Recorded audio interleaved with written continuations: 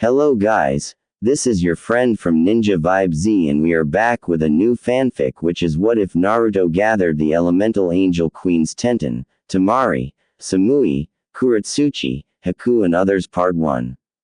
And if you enjoy this fanfic, then please press the like button and subscribe to my channel for more fanfic like this. And now let's start the fanfic. Nar was tied to a training log. His team had long left him there all alone, unable to get out of the ropes that bound him to the post. After they had passed their little test to become full genin, he was thrown out of class the day the jutsu of getting out of rope was taught. He had struggled and struggled to get out of the ropes, but with no avail. He now hung his head tired of fighting against the bombs. But he doesn't cry. No. Tears had gotten him nowhere in the past, so what good would they do now? In his mind, these words echoed. They abandoned me. It hurt. It hurt a lot. He thought things were going to be different when he became a ninja. But it looks like the more things change, the more things stay the same. His stomach growling and grumbling for food. He still hadn't eaten at all. All day, Nar stayed there, tied up.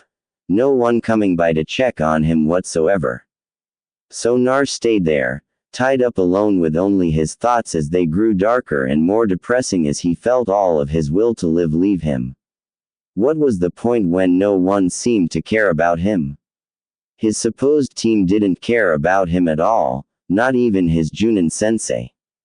So again, what was the point on carrying on when there was no one there with him really? It wasn't until late at night when someone noticed him. The person jumped down and checked on him. He was breathing, but it was shallow and his pulse was steady as well, though growing fainter. They cut the ropes and Nar fell to the ground, unresponsive.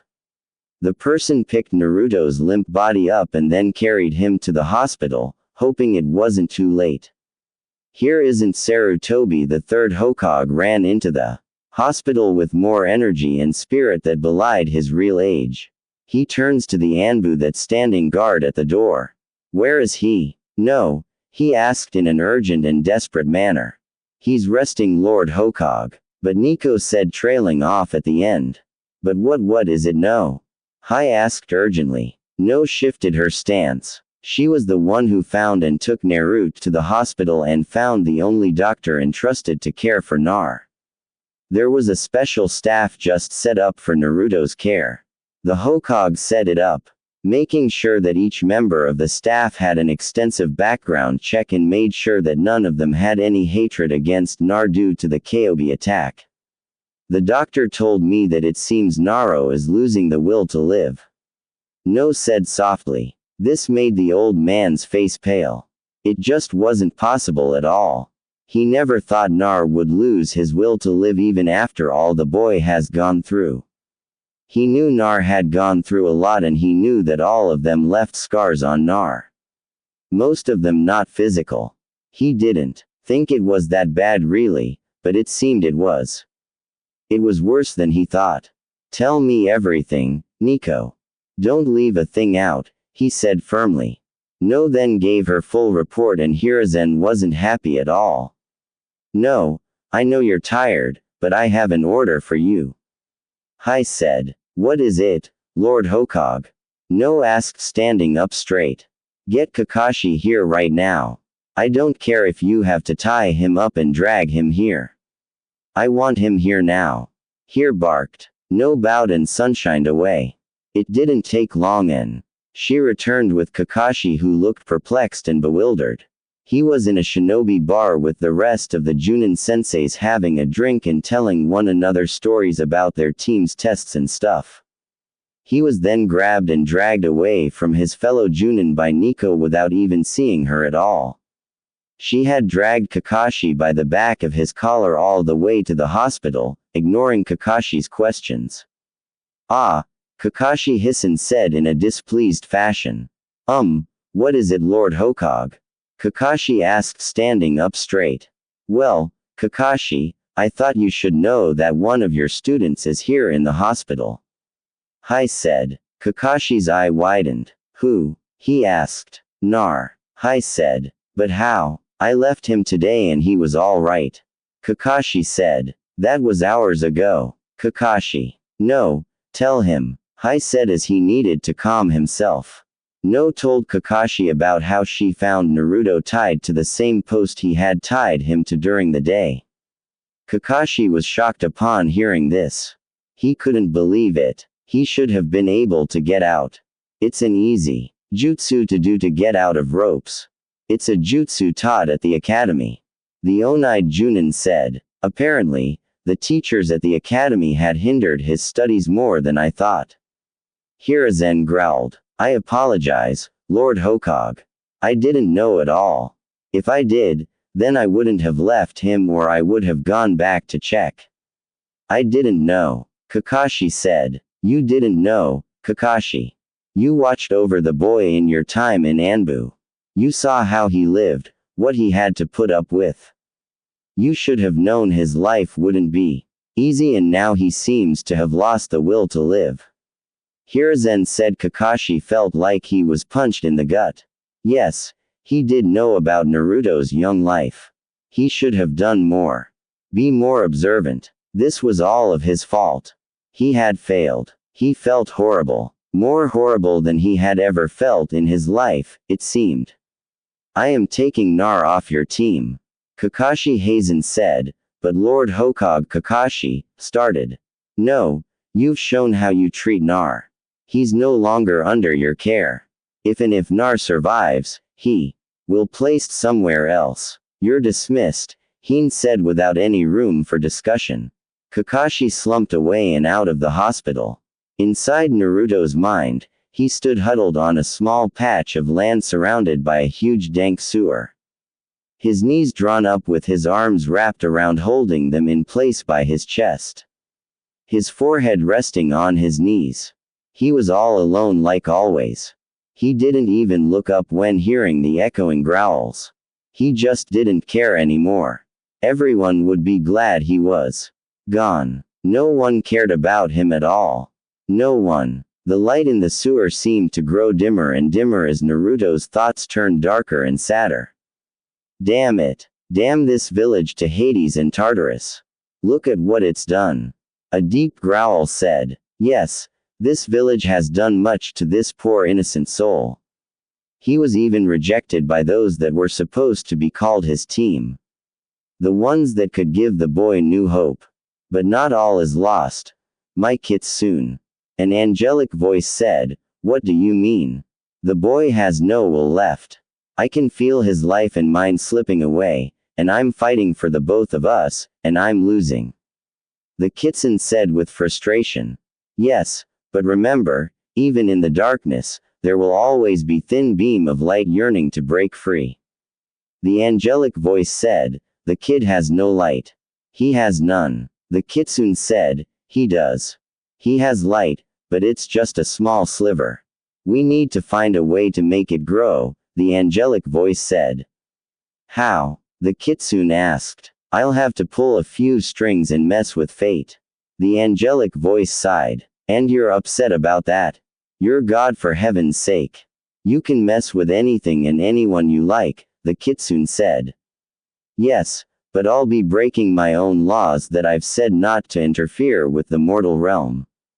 The angelic voice said, but this boy, you know, he has a destiny that can't end now.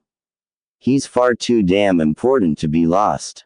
You can say that this is an urgent need. None will argue with you on that. They all know how important the boy is. The kitsune said, you're right, Kitsum. You're right. But I must make the right changes or everything will fall to darkness which even young Nar can't prevent. The angelic voice said, I will follow whatever you do, my lady. The kitsune said, then let's change things, Kitsum. Hopefully for the better, the angelic voice said. In a certain part of Konoha, as well as in other villages, there was a glow from specific beds. All of them now had their lives. Their fates changed forever. Nar was still huddled on his little island when he heard a voice. Hey, are you all right? Nar didn't answer. He then felt a hand touch his shoulder, gently shaking him. He slowly moved his head up and saw a girl wearing PJs with assortment of weapons on them. She had long brown hair and brown eyes that showed genuine concern, something that was new for Nar to see in a person. He had never seen anyone direct great concern to him. "Who are you?" Nar asked in a despondent monotone voice.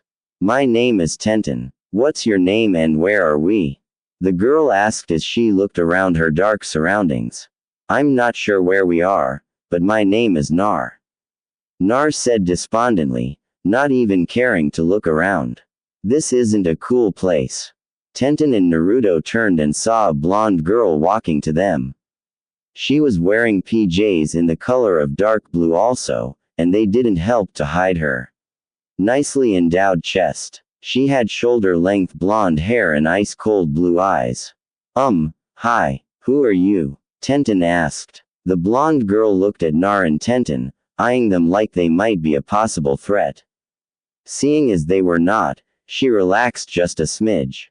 "My name is Samui and your names are?" she asked.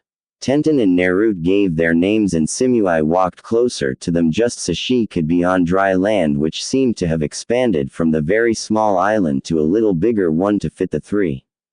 Though the three of them didn't seem to notice this at all. I knew I shouldn't have eaten Conqueror's cooking. Now I am having this weird dream. A dirty blonde girl said. The three on the island turned to see the new arrival. She had dirty blonde hair and teal-green eyes. Her PJs consisted of a tank top and shorts in a tan color and both made of light material. "Okay, who are you guys? I've never seen you in any of my dreams before." The girl asked. I'm not sure this is a dream, but my name is Tenten," Tenten said. Naruto and Samui introduced themselves and the new girl introduced herself as Temari. She then joined them on the patch of land that once again grew enough for her to stand there and not been cramped together with the others. "So why are we here and where is here?" Temari asked, looking around. "All shall be revealed soon. Just 2 more to go." A voice said. "Who said that? Show yourself." Samui asked as she tried to pinpoint where the voice's origin. Temari and Tenten followed Samui less than greater than s. Example, trying to search for the source of the voice. Naruto didn't seem to really care. "I shall reveal myself when you're all united, but 2 must still join, and they will be here soon," the voice said. It didn't take long for another girl to show. She looked a bit crabby. She had short dark hair and pink pupil-less eyes. Her PJs had rocks on them. "Who are you and where am I?"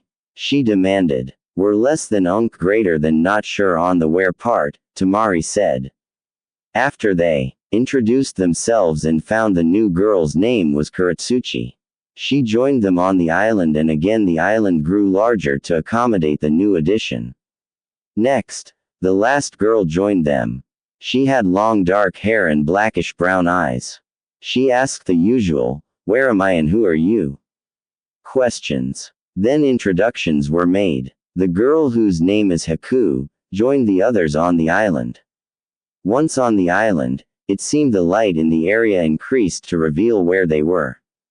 A sewer. How the heck we wind up in a sewer of all places? Kurotsuchi asked, shocked and a bit appalled.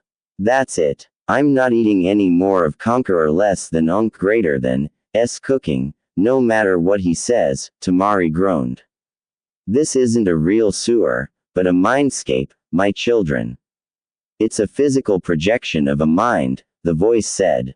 "Okay, who are you? The last 2 are here, so show yourself." Samui asked as she once again tried to pinpoint the voice. Samui wasn't the only one to try to find the origin of the voice. Kurotsuchi scanned the dank space as did Haku, Temari, and Tenten. They all were facing outwards, keeping their backs as close as they could to one another. Nar was the only one not being vigilant. Soon, a bright light flashed upon them, and they had to shield their eyes. Once the light faded, They saw what they could only describe the most beautiful woman they had ever seen. She had gorgeous golden-colored hair done in ringlets. Her body was perfectly proportioned, which made all the girls a bit envious. She had deep blue eyes that were like two flawless sapphires that twinkle like they were under display lights. "Hello, my children," she said with a smile. "Who are you?" Nar asked, staring at the woman with awe. "Ah, Nar, my child, you are a very special boy," the woman said, smiling at Nar. How do you know my name?" Nar asked fearfully. "I know many things. I know all of your names and what's been going on in your lives so far," the woman said. "That's all good, but you haven't told us your name," Kurotsuchi said, crossing her arms. "No, I haven't," the woman said, chuckling. "My name, well, I wasn't really given a name and actual name like you were, but you all know me as God." This stunned the group. They were talking to God. This had to be some sort of trick, an illusion. Yeah, it had to be some creatively complex genjutsu of some kind. That or the weirdest dream any of them ever had. A few tried to dispel the genjutsu with no success. This kind of amused the great deity as she watched the girls try to dispel her. "I assure you're not dreaming or under any genjutsu whatsoever. But your lives have all been altered from the courses that I've had set for each of you." God said. "What do you mean?" Samui asked. "I've changed the course of your lives for a simple purpose. For Naruto's benefit," God said. This had all. Then girls turned to Nar for answers. Nar cowed and returned to his huddled ball. "Don't hate the boy for this. He's had more than enough share of hate in his young life," God said, reprimanding the girls. The great deity then began to explain to them all about Naruto's harsh life so far. She projected movies of Naruto's memories as visual aids, like a film on a projector. Nar felt ashamed and wanted it all to stop.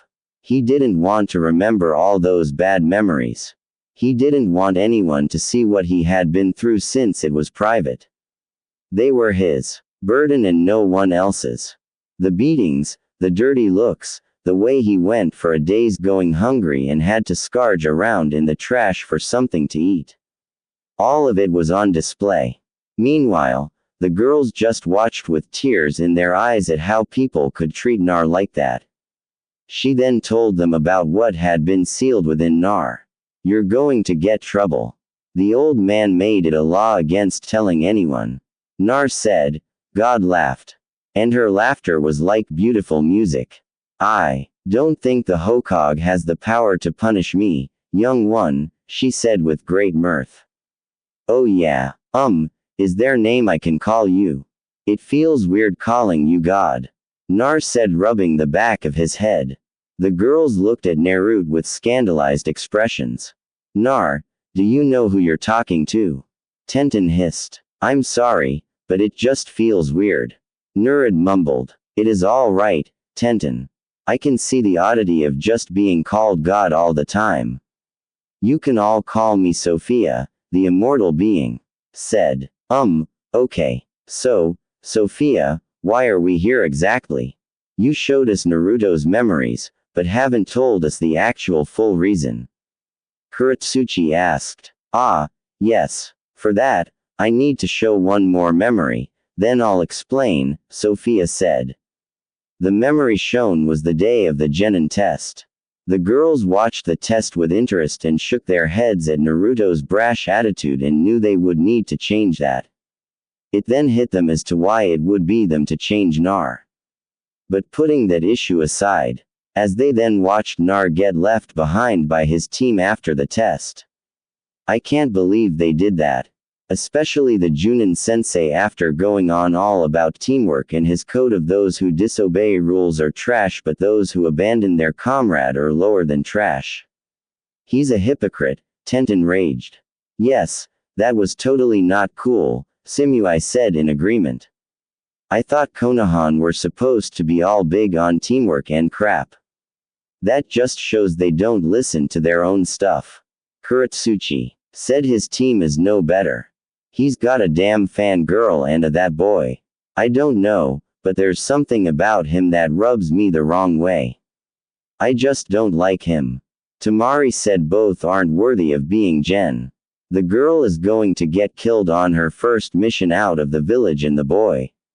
There's something dark about the boy I can't really place. Haku said. Nar jumped up to defend Sakura. Nar, why do you defend her? She hurts you physically and emotionally. She doesn't deserve the feelings you try and show her. Temari said, but Nar muttered, she is right, Nar Sakura Haruno isn't worth your time. That is why I selected these girls. They are more than worth your time and they are all strong in their own right as well as beautiful too, Sophia said. The girls blushed at being complimented by the deity. Nar slumped to the ground. Now to why you're here. After the despicable display by Naruto's team, he had begun to lose all hope, his will to live. That act was the final nail in the coffin. He remained tied up all day and late into the night until a ninja found him and took him to the hospital. Nar was on the verge of falling to utter darkness and death till I decided to intervene along with a friend of mine. Sophia said a huge cage appeared that made the girls wonder why they hadn't seen it before. In the cage was a man. He had long red hair tied in a simple ponytail wearing a kimono with dancing foxes on it. Behind him was 9 lovely tails swaying back and forth. Hey, who are you? Nar asked, loudly. This got him bonked on the head by both Tenten and Temari, though their hits weren't even a fourth as hard as Sakura would hit him.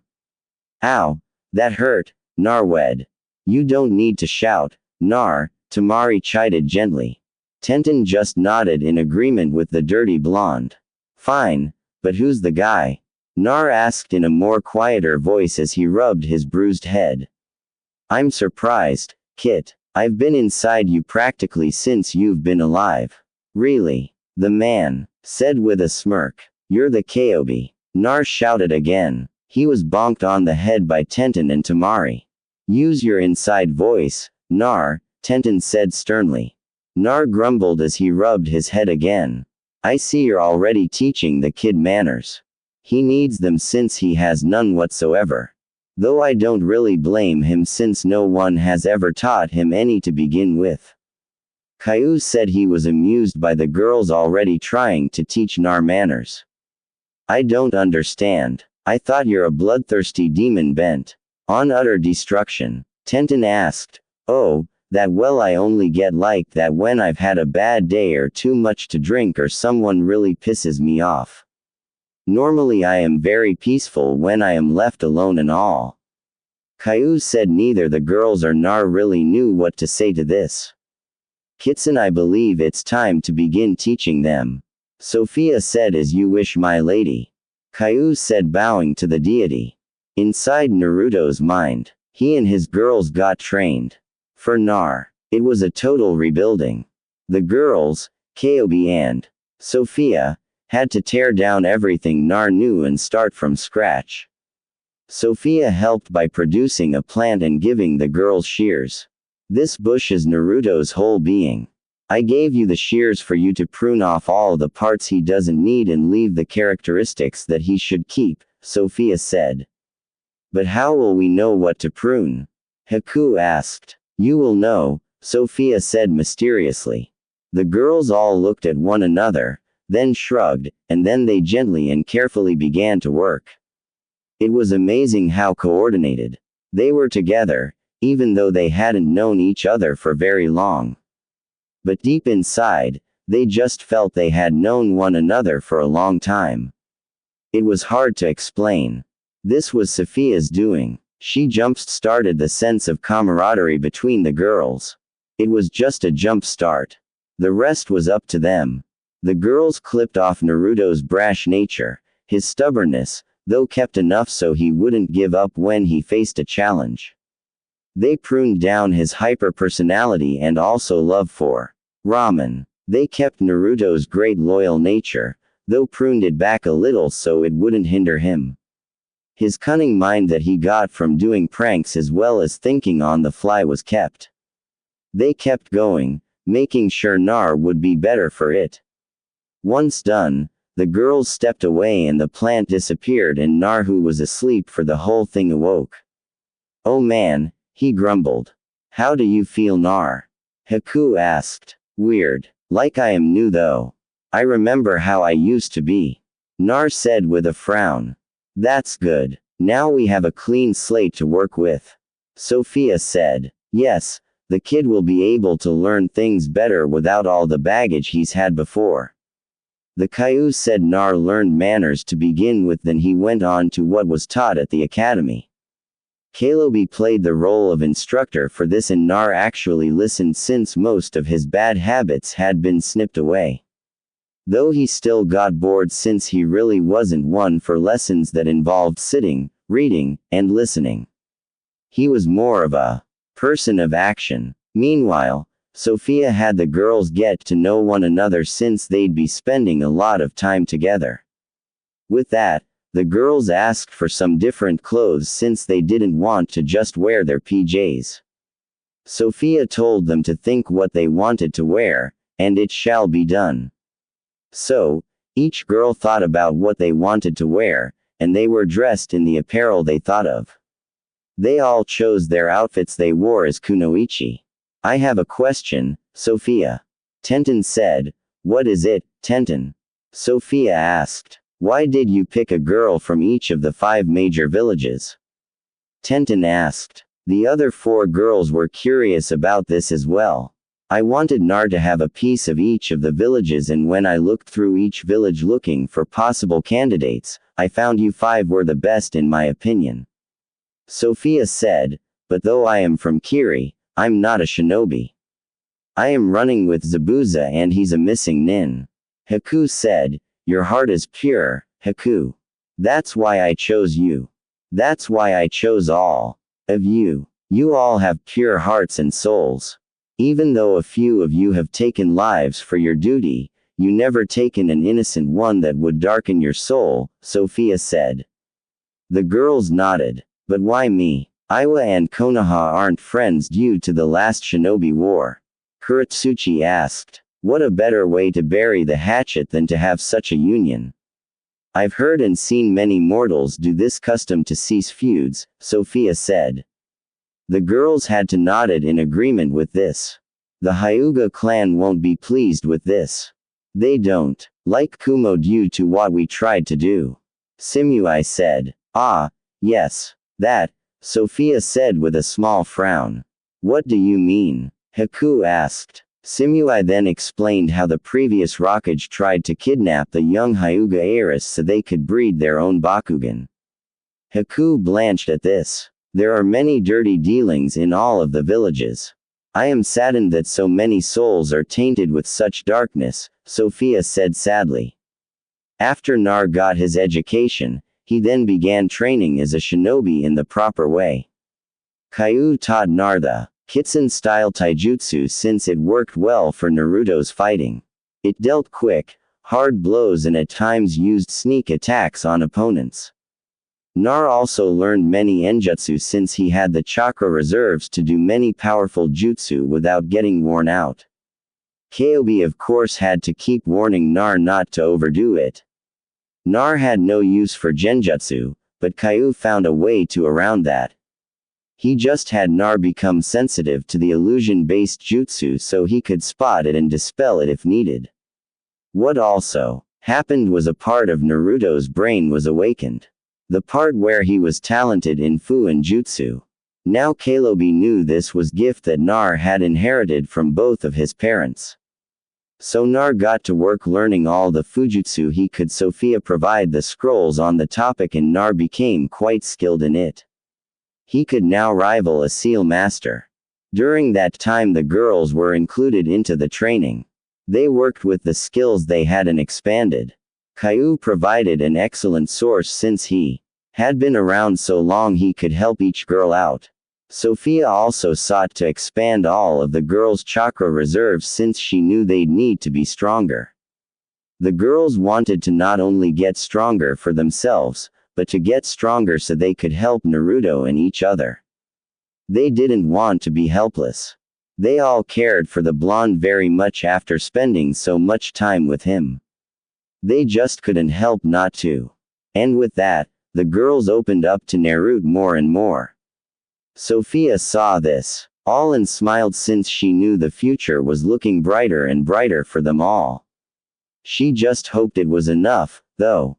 She may be the one true god, but there are wrinkles in the future that even she could never foresee.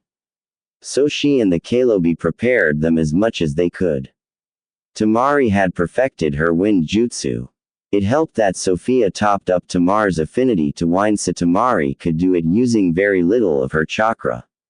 It seemed she used her big fan and 2 smaller fans that were for close combat. With that, Temari got drilled in taijutsu, which wasn't one of her strong suits. She was taught a taijutsu style she could use in conjunction with her wind chakra.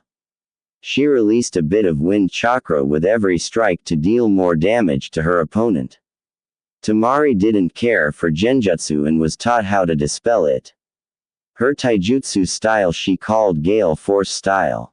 Haku's Hyaden bloodline was increased to the max by Sophia and she learned all of her family's jutsu from Kalobi who knew many ice jutsu, some that even the Yuki family didn't even know.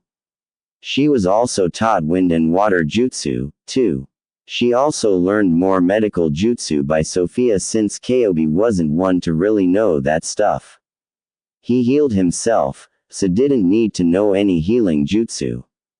Haku also learned taijutsu, which was one of her weak points. Kalobi found a style that would work for her. It was called the Shiva's Wrath style. Kalobi picked it up somewhere, though he wasn't sure where, but it worked for Haku. Haku's use of S-bond needles were amazing, and she had great accuracy. This, of course, led to contest of skill with projectiles against Tenten.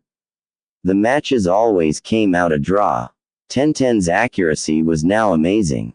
She could hit a target with her eyes closed. She got a lot better with the rest of her mighty arsenal of weapons, too. It helped that Kalobi knew how to use each one and instructed her how to use each weapon to its full potential. Sophia made sure that Tenten branched out, though. She told Tenten that it wouldn't do her any good to just be good in one thing, and that all ninja shinobi and kunoichi were at least somewhat skilled in several areas.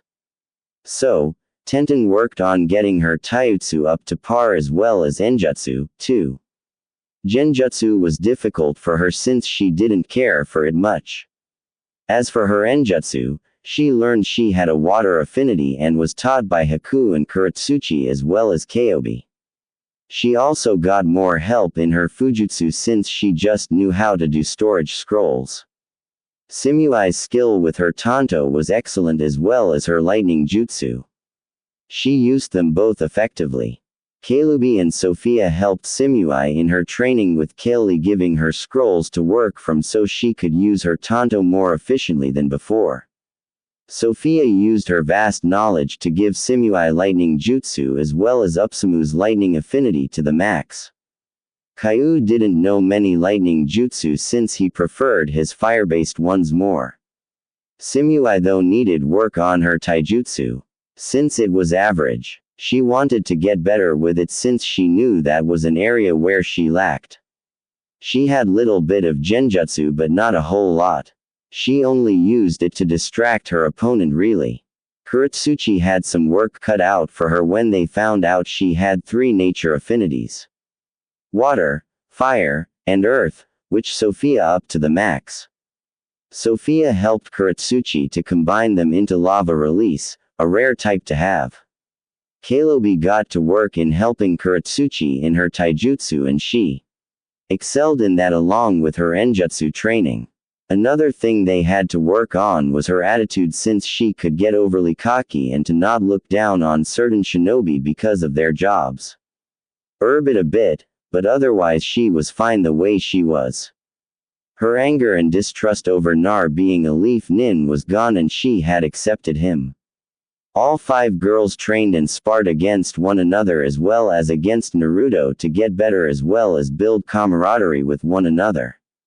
Kyuubi also sparred with them all to help them gauge where their level was. They got closer to each other. As they worked together, what they found was that inside Naruto's mind, they didn't need any sleep or food. So, this increased their training many times since they didn't need their basic needs. Nar and his girls, as he was now calling them, grew together more and more as time passed. They were now very close to each other. When they all had a break, an important question was brought up. "How long have we been here?" Samui asked. "Good question. It feels like we've been here forever." Kurotsuchi said. "Ah, yes, but time is relative." Kyuubi said. "What's that supposed to mean?" Temari asked. "It means that in here time doesn't exist. I have stopped time for you all in here." Sophia said. "But where are we exactly? You never actually told us where we are." Tenten asked. "She's right. We never found out where we are. Just that we're in a mindscape that looks like a sewer." Kurotsuchi said. "Oh, I didn't tell you where you all are. I thought I did," Sophia said as the immortal being scratched her head. The girls and Nar shook their heads. "Very well. You're in Naruto's mind," Sophia said. "What?" the girls shouted. "Yes, this is Naruto's mindscape," Sophia said. The girls couldn't believe this was Naruto's mindscape. They looked to the boy for an answer, but he couldn't provide any. "Let me be the one to answer that since Naruto doesn't a clue," Kyuubi said. The girls turned to Kyuubi. Due to Naruto's unpleasant childhood, he never had a supply of good memories, and thus his mindscape turned into a sewer to show how his life is. Remember, your mindscape can be whatever you want it to be. And since Naruto's life has been mostly crappy, it turned into a sewer, Caillou said. The girls nodded in understanding, then got back to training. Once training was finished, Sophia and Kyuubi stood in front of their charges. "I must say that you've done all you've been asked to do, and I am very proud of all of you," Sophia said, smiling at them all. "Yeah, you never backed down from anything we threw at you," Caillou said. "Now for some final things. Nar, we know who your parents are, and now that you've been trained enough, we feel that you're strong enough to know who they are," Sophia said. Nar stiffened hearing this. He had wanted to know who his parents are, but Sophia and Caillou never told him, telling him he wasn't ready yet. But it seemed like he was. He felt his girls gather around him to support and comfort him. "Your father was the guy who sealed me within you, Minato Namikaze, the fourth Hokage. And your mother was Kusha Uzumaki, my jailer before you," Kyuubi said. Nar was shocked. His father was the one that sealed Kyuubi inside him. He was the reason that he was beaten, spat upon, never had any friend nor any good food to eat. He felt rage boil within him. But that ended quickly since he was mixed with emotions of now knowing who his parents were, and to now know that his mother held the Kyuubi before him. It was all very shocking. His girls were shocked hearing all of this. But they resolved to help Nar. Even Kurotsuchi, after finding about who Naruto's father was, she knew Nar wasn't his father, even if they looked alike. And now knowing it wasn't just an odd coincidence of some kind. But her feelings for Nar hadn't wavered at all. This just showed how much she has grown. "Now you must all return, but never fear. You shall be reunited soon," Sophia said. Soon everything turned white. It was so blinding that the 6 of them shielded their eyes. Nar awoke groggy in the morning. The first thing he noticed was all the training he had done within his mind had made it to his physical body. He was surprised by this. Then he saw a note on the top of his blankets. He took it and opened it. "Nar, you are already awake by now. As you can see, your body has grown with the training you did in your mind. Think of it as a little gift. From me, so you don't have to work back up to the level you were at in your mind. Both you and your girls received the same gift. Don't worry about seeing them since you will be soon. Sophia. Nar blinked at the letter. Then, as soon as he finished reading it, the paper dissolved into nothing. This made him sigh and wonder what he was going to do next. Soon the doctor came in to do his morning checks and was shocked to see Nar awake but smiled. Hello, Nar. Glad to see you're up, he said, not even acting startled about Naruto's new appearance. Hey, Doc, when can I get out of here? Nar asked. The doctor chuckled. He knew how much Nar hated being in the hospital. I just have to do some checks and then I'll have Nikiko give you some breakfast. Then you should be ready to be discharged, the doctor said. Great. I can't wait to see Miko, Nar said with a smile. The doctor did his checks and was surprised at the results he was getting. He did them 3 times and got the same results. He needed a better medical opinion. He thanked Naro and left. Soon after, Miko came in along with the Ambu. Nar greeted Nico and Miko happily since he remembered them both. No for watching over him when he was younger. And Miko, a nurse that was on staff specifically to check Naro. No checked the food to make sure it wasn't poisoned. Could never be too careful. After the food passed clear, Naruto ate and chatted with Miko about what she was doing in her life. Soon Nar finished and Miko left. Naruto Uzumaki. You're to report to the Hokage after you've been released. No said. Right. I'll go see the old man. Nar said getting up. No nodded and left. Nar got changed in his orange jumpsuit, vowing to get new clothes as soon as he could. While in his head, his girls drilled into him that wearing orange wasn't very ninja-like. Hey, old man. Nar greeted. Hai looked up and smiled. Then he noticed the changes to Naruto's appearance. Nar was a bit taller than he was. Now he was on equal footing with the rest of his former classmates in height. Plus, there was this aura around the blonde that Hiruzen couldn't exactly place. The Nar in front of him was still the Nar he knew, but he felt that he was different somehow, like he went through a rebirth of some kind. Also, the fact that Nar looked just like his father now with bits of his mother peeking through, too. Hello Nar. I'm glad you're feeling all right. Hai said smiling. Yeah, so when can I get back to my team and start missions?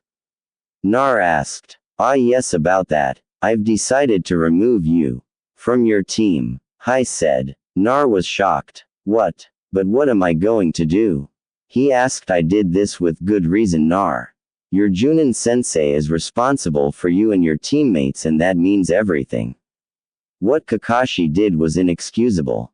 He left you tied to that post without even a second thought at all.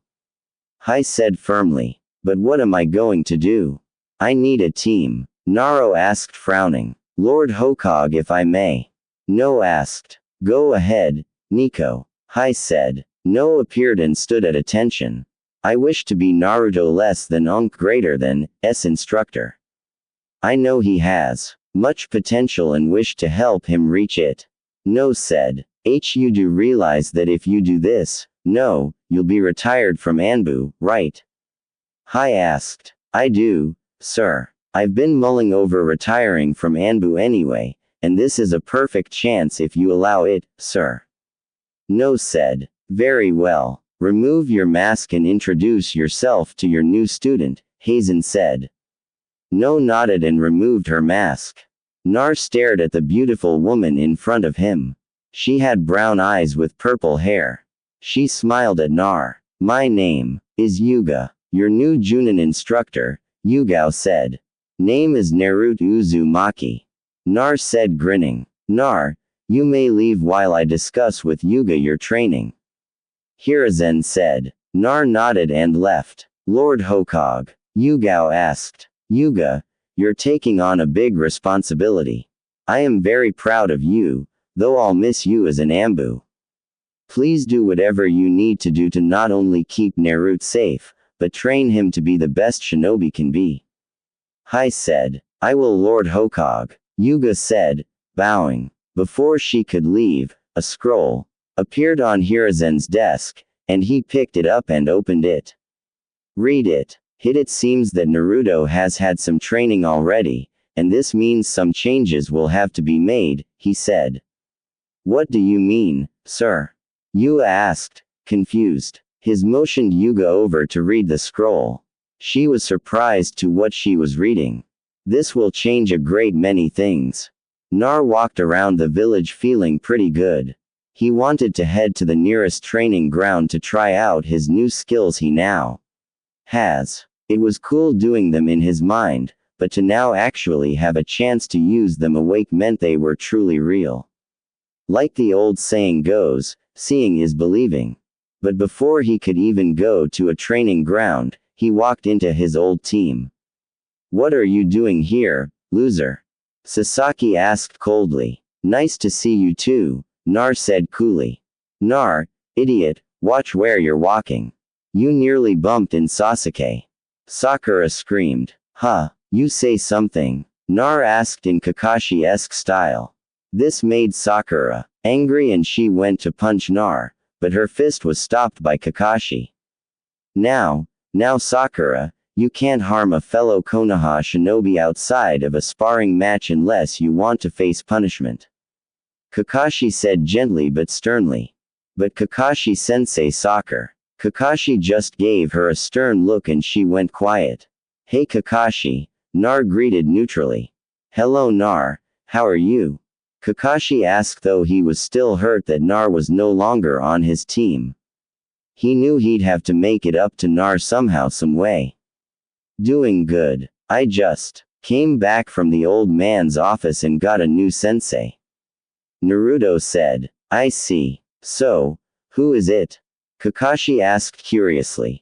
His mind already working on possibly talking to whoever Naruto's new sensei was to be included in Naruto's development somehow to clear his conscience of being such a horrible sensei to Nar. Just hours of Nar becoming a full-fledged genin era and she used to be in Anbu. Nar said. Kakashi nodded. He knew her well enough and knew she would do a better job than he had done, as much as it pained him to say. But pushing that aside, I made a mental note to talk to Yuga sometime in hopes she'd let him help teach Naruto sometime in the future.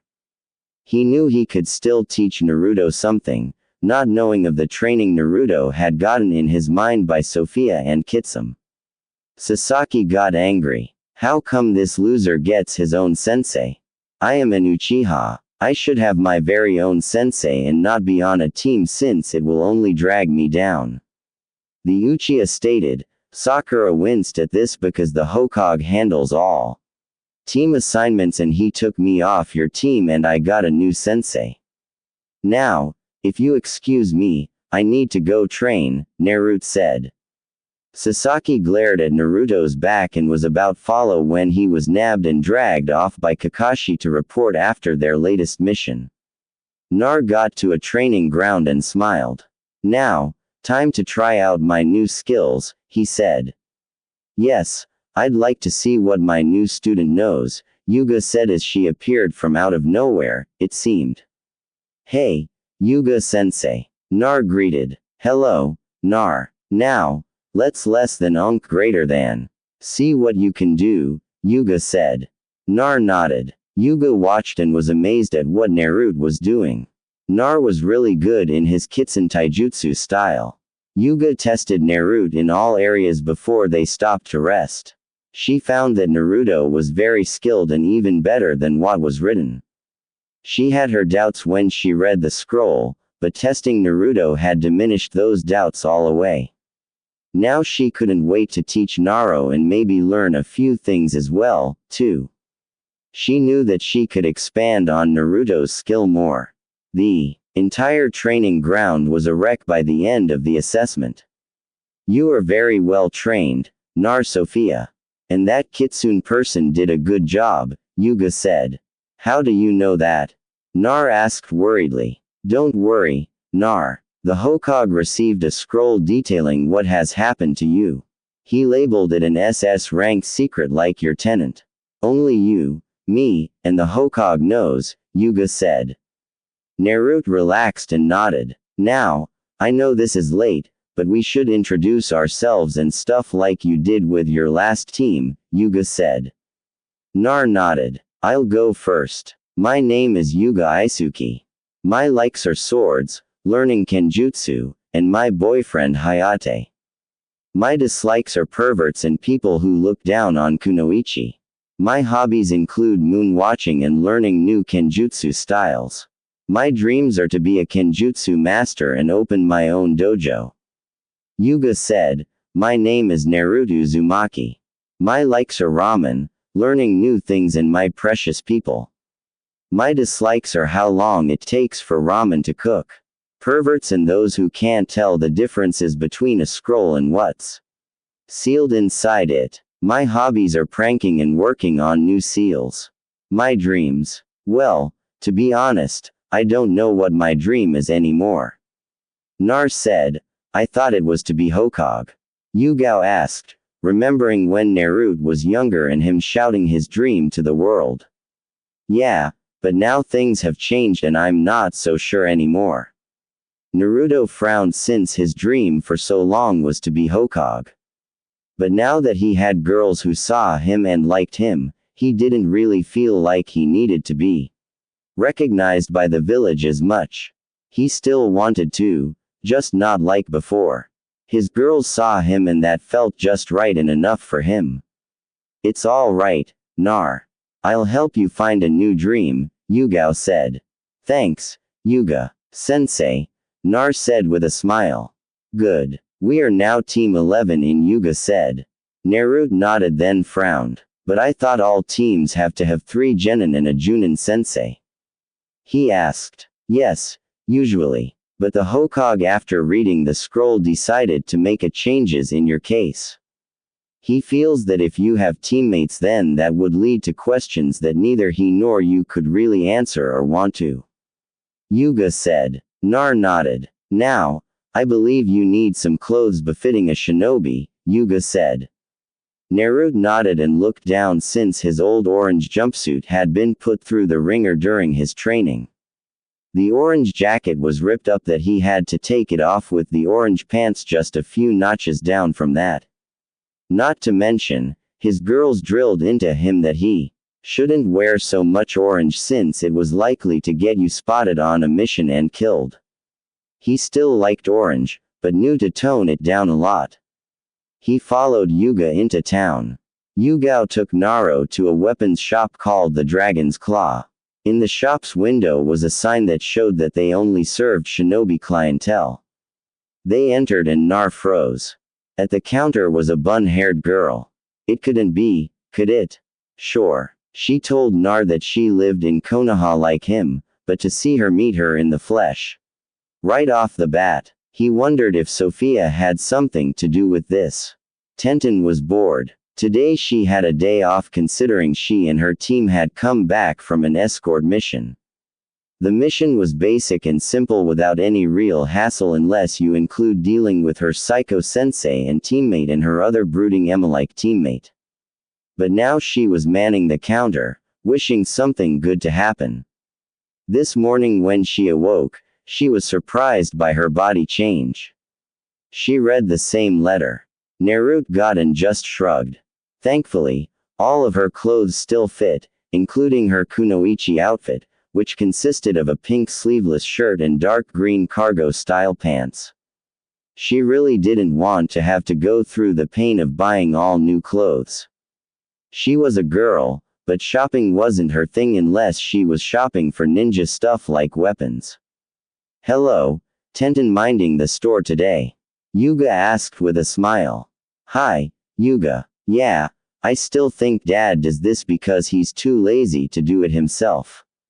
Tenten said, looking up at Yuga, who was a regular customer. Her eyes turned and then widened when she saw Nar.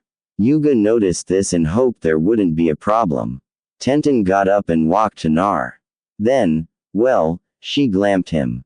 She glamped the life out of him. Nar was wheezing for breath. his face turning from his usual flesh color to red then to blue as the lack of air was building up.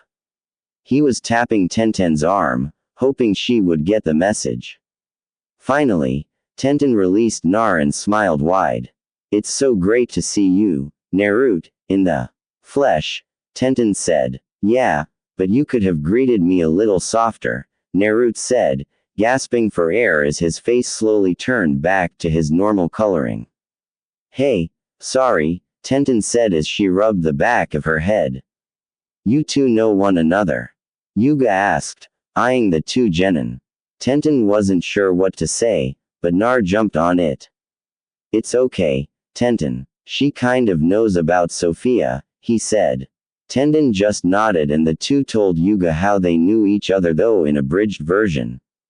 This flew the former Anbu for a loop. Sure, she knew that Naruto had 5 girls, but the scroll never told her or the Hokage who they were, just that there were 5 of them, and each of them were from one of the 5 hidden villages. She didn't know who the girls were at all. All she and the Hokage got was, aside from knowing 5 girls were to be with Naruto, was all the training he had gotten. But that was all. "Okay. That's good to know," Yuga said. "So why are you here anyway?" Nar Tenten asked. "All right. I need some new clothes." Nar said, "All right. Come with me and I'll help you out," Tenten said. About 45 minutes later, Naruto was dressed in his new shinobi outfit. He wasn't sure why it took this long of a time to get his clothes. I mean, it should have just taken like 5-10 minutes tops. But no, Tenten seemed adamant in helping him by having him try on several articles of clothes, mixing and matching them. She'd mutter and then frown and go back to get more for Naruto to try on. Nar felt like a doll and Tenten was playing dress up with him. But the end result was good. Nar was dressed in black cargo pants that had a stripe of rust orange running up both legs with several pockets for storing things. He had a weapon pouch on each leg that not only held kunai and shuriken, but also sunban too. He had on black combat-style boots that had seals on them to keep them quiet. They were also a lot more durable than most shinobi sandals. He had a white shirt underneath with an armor-like gray shirt on top of it. The armor would react to chakra, making it harder and stronger in certain areas or the whole body if needed. On his hands were fingerless gloves with a metal plate, and with the introduction of chakra spikes would be raised in the metal surface. That all looks good," Tenten said as she tapped her chin, looking over at new look Naruto donned. "But it's still missing one thing. I'll be right back." Nar let out a long groan that meant he wanted this to end and end now. Yua just sat back watching all of this with great amusement. Watching Nar being used as a dress-up doll. She had to fight back laughing since Nar looked very displeased in his situation, but did nothing to stop Tenten for doing it. Oh, this would be great teasing material for later. Back in the rack of clothes, Tenten was looking for what she thought would complete Naruto's new outfit. When she spotted something, she pulled it out. It was a blue and gray long coat that looked kind of like the one the 4th Hokage wore, though very different. The coat was a royal blue, with a gray interior and gray along the hemike waves. I don't remember stocking this, and I know Dad never ordered anything like this since this looks like a custom job. Not something off the rack.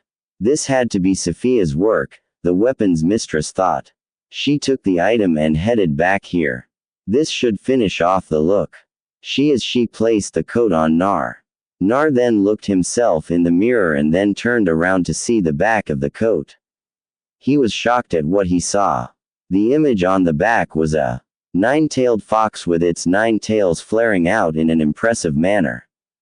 Around the fox's tails was the 5 symbols of the 5 elements with angel wings attached to them. On each of the shoulders was a blue swirl. The inside of the coat had pockets for more things, and Nar knew he'd make use of these. "What the?" he asked. "I think this was Sophia's doing," Tenten said. Nar just nodded. He then got some pairs of the same clothes and Tenten rang it up. So, how much, Tenten? Nar asked. 2,970 Rio. Tenten said. I made up the number. Naruto gulped as he wondered if he had enough, but Yuga stepped in. The Hokage gave me a draft from his office. Just fill out the amount and it will be paid from the Hoga's own coffers, she said. Tenten nodded and filled out the amount and then gave it back to Yuga to give to the Hokage. Nar let out a breath of relief. So Nar, when can we see each other again? Tenten asked. I'm not sure, Naruto said. He then explained to Tenten about Yuga being his new sensei and everything. Tenten frowned. I am sure I can talk to Guy into doing some joint training together, Yuga said. Thanks, Yuga, sensei, Nar said with a smile. Yeah, thank you Yuga. Tenten said smiling too. No problem Nar Tenten, Yuga said smiling right back at the two. Days later, Nar and Yuga trained together with Yuga working hard with Nar.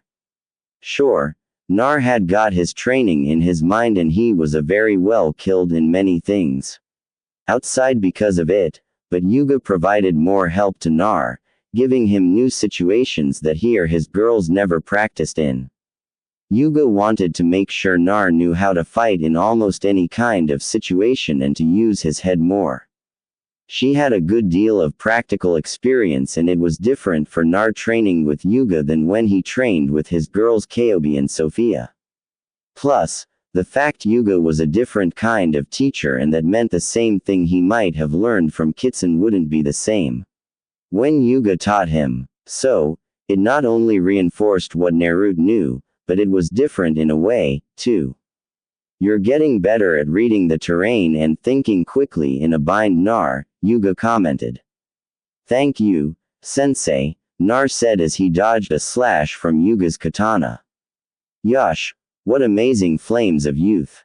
This stopped the two's training, and Nar saw what he would consider one of the strangest sights ever. Before them was a tall man wearing green spandex and orange leg warmers. He wore a Junin, flak jacket that was left open in his hit aid with a red cloth tied around his waist. He had black hair styled in a bowl cut and the biggest bushiest eyebrows he had ever seen. Sensei, are those real? Nar asked quietly so only Yuga could hear him. They are, and there isn't just one, Yugao said, answering in the same method as Nar. What do you, Maya? Nar was cut off as he saw what could only be a mini-mi that stood by the original, though minus the flak jacket and the cloth of the headband wasn't red, but the common blue. His eyes widened. No way, he shouted. Tenten and another boy followed. Tenten smiled and waved at Naruto while the boy just brooded. Great. Another freaking emo. I wonder if he and Sasaki have some kind of fraternity together. Nar thought. Hello Guy. Yuga said. Hello Yuga. I see you and your student is brimming with flames of youth. Guy said. Yuga shivered at this. Yes, Guy, and these must be your students, she said. Yes. I'd like you to meet my youthful team. This is my protege, Rock Lee. His flames of youth will take him far, Guy said as he grinned with a toothpick. The boy Rock Lee just had to imitate his sensei in pose, which made it creepier. This is Neji Hyuga of the Hyuga clan. He's a prodigy of the Hyuga clan, Guy said, gesturing to the moody boy. The boy, Neji, just grunted a greeting as he looked bored with what was going on. Like he had better things to do. And this is Tenten. She never misses. She's 10 out of 10 every time. Guy said. Tenten just sighed. And I'm Kona has great green beast. I am mighty, Guy said as he struck a good guy pose. Rock Lee of course had to copy this too. Yuga rubbed her temples. She could only handle Guy so much like every other shinobi in the village. There was only so much you could take of the over-eccentric and exuberant Junin. Well, Guy, Lee, Nei, and Tenten. I'd like you to introduce my student Nar Uzumaki. She said, I am Yuga. Yush, it's a pleasure to meet you, Nar. Guy said, hi. Nar said, it's great to meet you, Nar. I hope our meeting will spark the great mighty flames of youth within you like it has done me, Lee said. Nar stepped back a little, not wanting to get infected by whatever this youth thing was. He certainly hoped it wasn't contagious. Sensei, what are we doing here? Neji asked in a tone that stated he was bored here. Neji, we are here to do some joint training with Nar here. I am sure we can stoke the fires of youth within him, Guy said, though he had a slight frown on his face due to Neji less than greater than s attitude. Neji eyed Nar. It doesn't matter. His fate will be the same, he said in a matter-of-fact tone.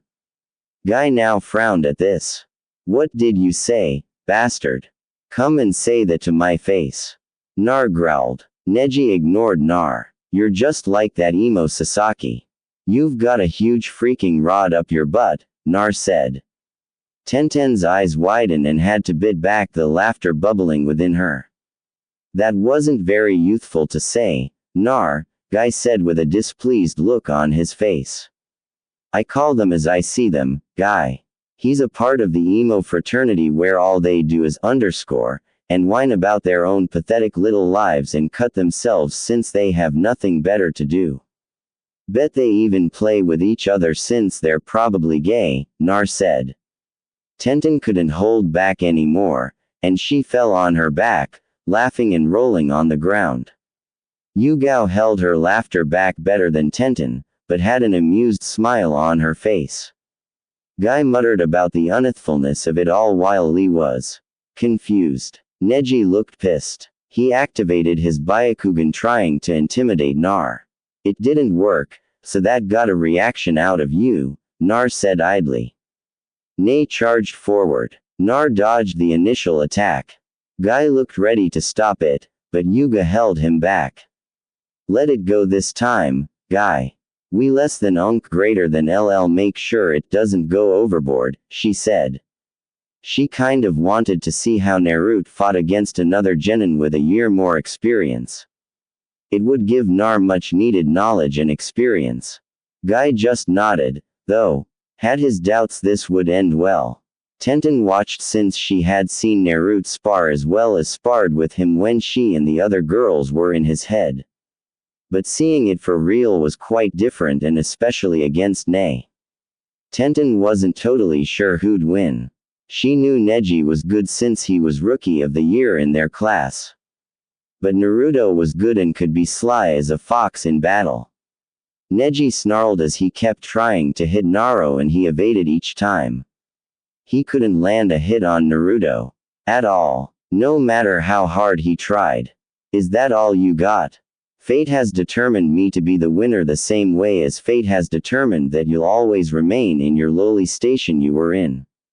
Nei said, people who believe in fate are just hiding behind and running away like cowards from their troubles. Nar said, you know nothing about me. Nei spat. I know enough that you've probably had a hard life. Well, tough you may have had a hard life, but there are others who've had a harder time than you and have done something about it instead of whine and complain. They got their together and moved on using what they'll learn to get stronger for not only themselves, but those they care about, Nar said firmly. They kept fighting with Neji, never getting a hit on Nar. Naruto's Kitsen Taijutsu style seemed to be made for evading the Juken. Since the Kitsen Taijutsu style involves not only hard blows and some trickery, it also involved speed in dodging. A fox was quite agile and Naruto had that down. Not to mention that the Juken was so rigid in fighting style, it meant it left no room to be flexible at all. That in Naruto was also pissing off Neji, which helped blind the Hyuga even more. Lee was shocked by this, as was Guy. Yugao was amazed that Nar could stand toe-to-toe against Neji. She knew the Hyuga clan liked to toot their horns about their unbeatable taijutsu, but Nar was doing a good job destroying that belief right now. Tenten was wondering what Nar had planned. Naruto's plan sprung into action when he twisted his body, evading one of Neji's almost lethal Juken strike to Th heart. Nar pulled out a seal from the inside of his coat and slapped it on bridge of Neji's nose and released a bit of chakra to activate the seal. This made Neji freeze in position, making him look like a statue while he was still in striking position like that. This is a seal that paralyzes your entire body, so you can't less than greater than T move till I remove the seal. From you, Nar said. He then walked to Ne, which made the two Juna on edge, wondering what Naruto was going to do. Nar leaned in and whispered something into Neji less than greater than ear, then yanked the seal off Neji, making the Hyuga fall over, gasping. I still haven't corrected that bit yet, Nar said, frowning. Naruto's paralysis seal, which worked effectively, had a side effect that Nar was still trying to work out. The side effect was that after the seal is removed, it made all the muscles in the person's body relax and go limp, thus causing the person to collapse in a heap. What did you say to him, Nar? Yuga asked, walking over to Nar. Just told him that he's not the only one with a seal, Nar said. Yuga looked at Naruto with a worried look. I didn't tell him it was me. Naruto said, I need to cut this training short for me to take Neji to the hospital. Guy said, that's all right, Guy. Yuga said. Guy left with Ne with Lee following. Tenten stayed behind after getting permission from Guy. That was a bit reckless, Nar. Tenten said. I could handle him. I knew his weaknesses was thanks to those lessons Kitsun gave me. Nar said. Tenten sighed and shook her head. She thought she and the other girls had trimmed enough of Naruto's brash nature, but it seemed that it wasn't enough. Yuga helped train Nar and got him into Kenjutsu. Nar picked it up fast and this pleased Yuga. Thanks to Kalobi, who's still under the moniker of Kitsum, gave Naruto and Yuga his personal Kenjutsu style called Kitsun Swift. Nar worked well with it and was working on how to mix both the Kenjutsu and Taijutsu styles together to be more effective. Yuga even bought Nar a sword since she knew Naruto showed much promise. The sword was actually what could be called a dual-bladed katana or Sububa Kodage's weapon from FF7AC. That meant there was two blades on one end of the handle. It was a very unique sword since not many of them have ever been made. Naruto's Suba was made of chakra metal, and if Nar pumped chakra into the blades, he strengthened them enough to be able to snap his opponent's sword if they got in between his Suba's twin blades. The dual blades could also use his element affinity when he learned it. It also had another special feature with a seal put on the sword. If Nar put chakra into the seal, he could fuse the two blade into one for a few moments. The seal had a timer on it and it would run out and the two blades would separate back to normal. Nar usually used it in a reverse grip fashion since it felt more comfortable for him, but could easily switch to a main grip and back again. Nar named it Twin Fox Fang. Yugao had learned Kitsun Swift style, though she wasn't as good as Naruto with it. She wanted to learn it since it never hurt to learn a new style as well as she had to learn it to teach Nar. Yugao had deemed Naruto to be not just a frontline fighter, but also good at stealth and assassinations. She told the Hokage this in her reports, and he agreed. Hai was proud how Naruto was growing and becoming the shinobi his parents would be proud of. The boy had amazing skill in stealth given all the pranks he's done and was never caught while he set them up. I mean, no one could sneak into the Hyuga compound and steal all their underwear and then hang it all over the village or put itching powder in all their clothing. And let's not forget when he put colored dye in all the Hyuga's shampoo. The entire clan had a rainbow assortment of colors. It took 3 weeks for the colors to be gone for good. Of course, Hinata was the only one not a victim in the Hauge pranks. Then there's the time he drew on all the masks of all the Ambu. No one knew how Naruto had done this and not get caught in the process. And last, him painting the Hokage monument in broad daylight without anyone noticing till he was done. And those were just a couple of Naruto's pranking highlights. Yugao had Nar use the cage bush to do D-rank missions so they could work on training. They got the record of most D-rank missions done in a day and hold the record for most D-rank missions completed for a rookie. Genin Yuga and Naruto were in the middle of training when the Hokage via Anbu called them in. They arrived with Team 9 already in the office. After Naruto's little fight with Neji, the two sat down and nay less than greater than S outlook had been changed. He was still the same somewhat, but he wasn't going about fate and was even encouraging Lee in training. Though not as enthusiastically as Guy, Neji has been trying to make amends with his cousin Hinata in the main branch, especially after his uncle gave him a letter that his father wrote. He was still a work in progress, but had made great strides in a short period of time. "We're here, Lord Hokage.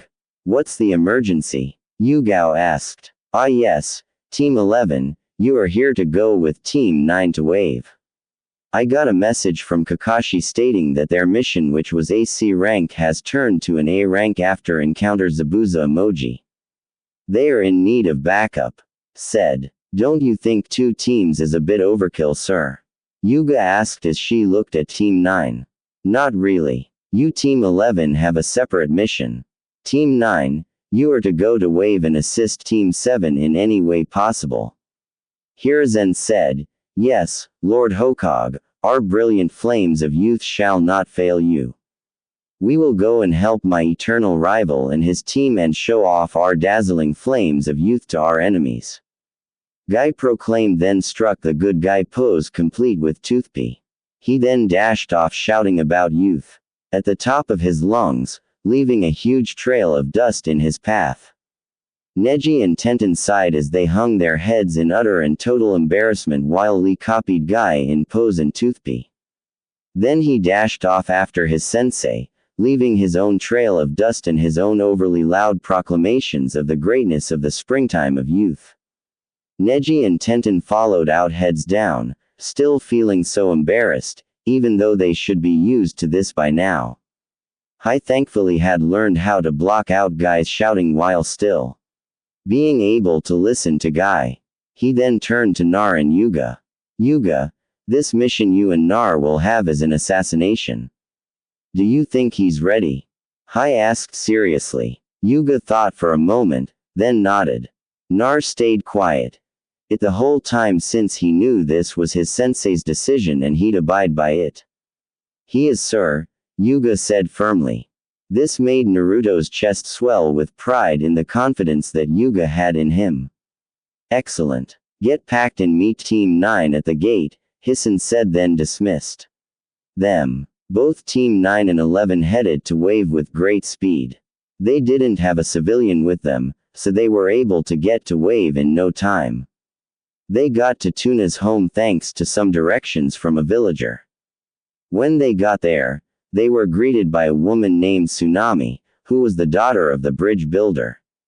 They found Team 7 in the living room. Kakashi on crutches along with Sakura and Sasaki with a new boy that had taken Naruto's place, his name Mocha. He's a civilian and became a genin, but was put on reserve due to being the odd one out of graduates. He joined Kakashi's team after Naruto was taken off. Sasaki and Mocha looked a bit beat up with Sakura not looking too good either. "Kakashi-sensei, why are they here?" Sakura shouted. Everyone winced at the super loud shrill tone. "I called for backup, Sakura. We're in over our heads with Zabuza," Kakashi said. "Hanuchiya, I don't need anyone's help," Sasaki said. Sakura got hearts in her eyes as she fawned over Sasaki and how cool he was. Mocha rolled his eyes as he sat back.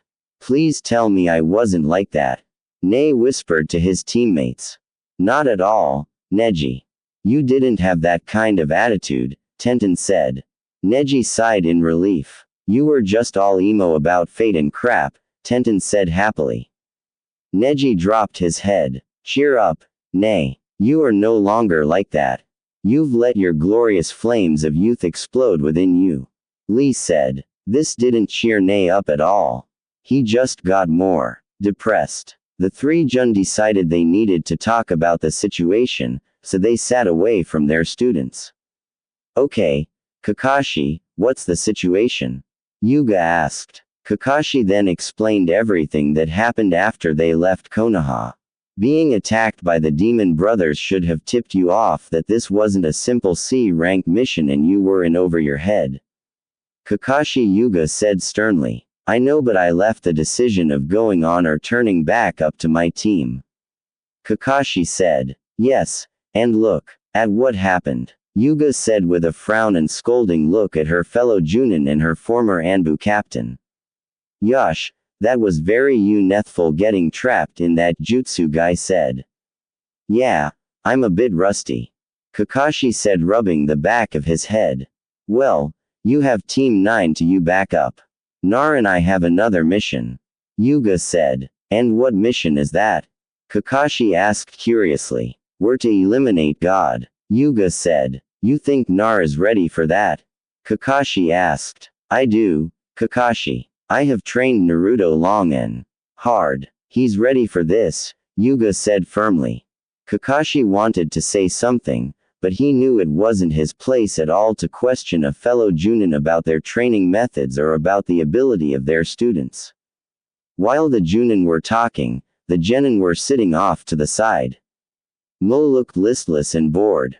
In the academy, he tended to be by himself and never made any friends with the other kids. Sasaki sat there glaring and trying to size up Nar as well as looking at the sword Nar now carried on his back. His eyes scanned over Team 9, eyeing each one, wondering if they could be possible opponents. He looked over Tenten since she was a girl.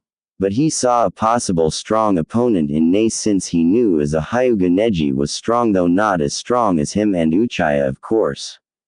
As for Lee, Sasaki wasn't sure what to think. Sakura was fawning over Sasuke and glaring at Nar. She would then eye Tenten like the girl would move in on her man any second. Sakura wasn't about to let that happen and would fight for her man even though she was an utterly pathetic fighter. Nei was sitting patiently waiting for the Junins to finish. He heard all about Sasaki from Naruto, and after seeing glimpse of Sasaki in the village and up close now he agreed with Nar. Sasaki was a moody little emo with the biggest rustiest kunai shoved up his butt. Lee was barely containing himself from exploding in a rant about youth. That, and he had professed his undying love for Sakura, which made the pink-haired girl hide behind Sasaki. Lee then began his I shall win your love rant before Tenten shut him up with a knuckle sandwich. Tenten was getting her first real look at Naruto's former team. She looked at Sakura with disgust. She hated fangirls. They gave kunoichis like herself, who strived to be the best and show that they could be as good as men in the ninja profession, a bad name. She remembered hearing from Naruto how Sakura never trained a day in her life and couldn't wait to see how weak the girl was so she could beat the snot out of her. Then there was the Uchiha. He was strong. Tenten knew that for sure, but she agreed with Naruto that he had no other redeeming qualities at all. Mocha was the wild card since Tenten had no idea about the boy at all. Nar was sitting back, the relaxed of them all really. He just wanted to get this done with so he could go and take care of his mission with Yuga. Would care to explain why you're glaring at Nar? Tenten asked Sakura. Nar idiot is trying to look cooler than Sasaki. Sakura said like she was stating a fact which he is so not. She added in a snobbish tone. Tenten paused for a moment to burst out laughing at this. She couldn't believe that was what this pink-haired girl was thinking. Neji rolled his eyes and thought.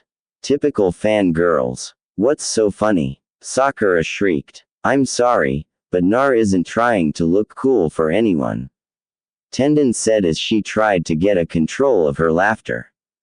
What do you mean? Look at what he's wearing.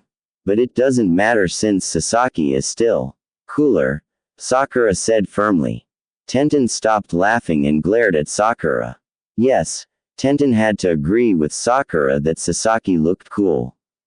But that was all. Sure, he was strong and only member of his clan, but so was Nar. And besides, Nar in her opinion was so much cooler than Sasaki no matter what. Sasaki may look cool. Nar is cool through and through. Not to mention Nar actually had a personality unlike Sasuke, who just had 3 setting: really emo, super emo and really super emo. You're less than greater than a fangirl, aren't you? Nay, asked. Huh, Sakura said intelligently. I'll take that as a yes. You and your kind are always the first to die. You're a disgrace to all the hardworking and strong kunoichi that had come before you. Neji said. And as for the clothes Naruto is wearing, I helped pick them out since he and his sensei came to my shop. I wasn't trying to make him all cool.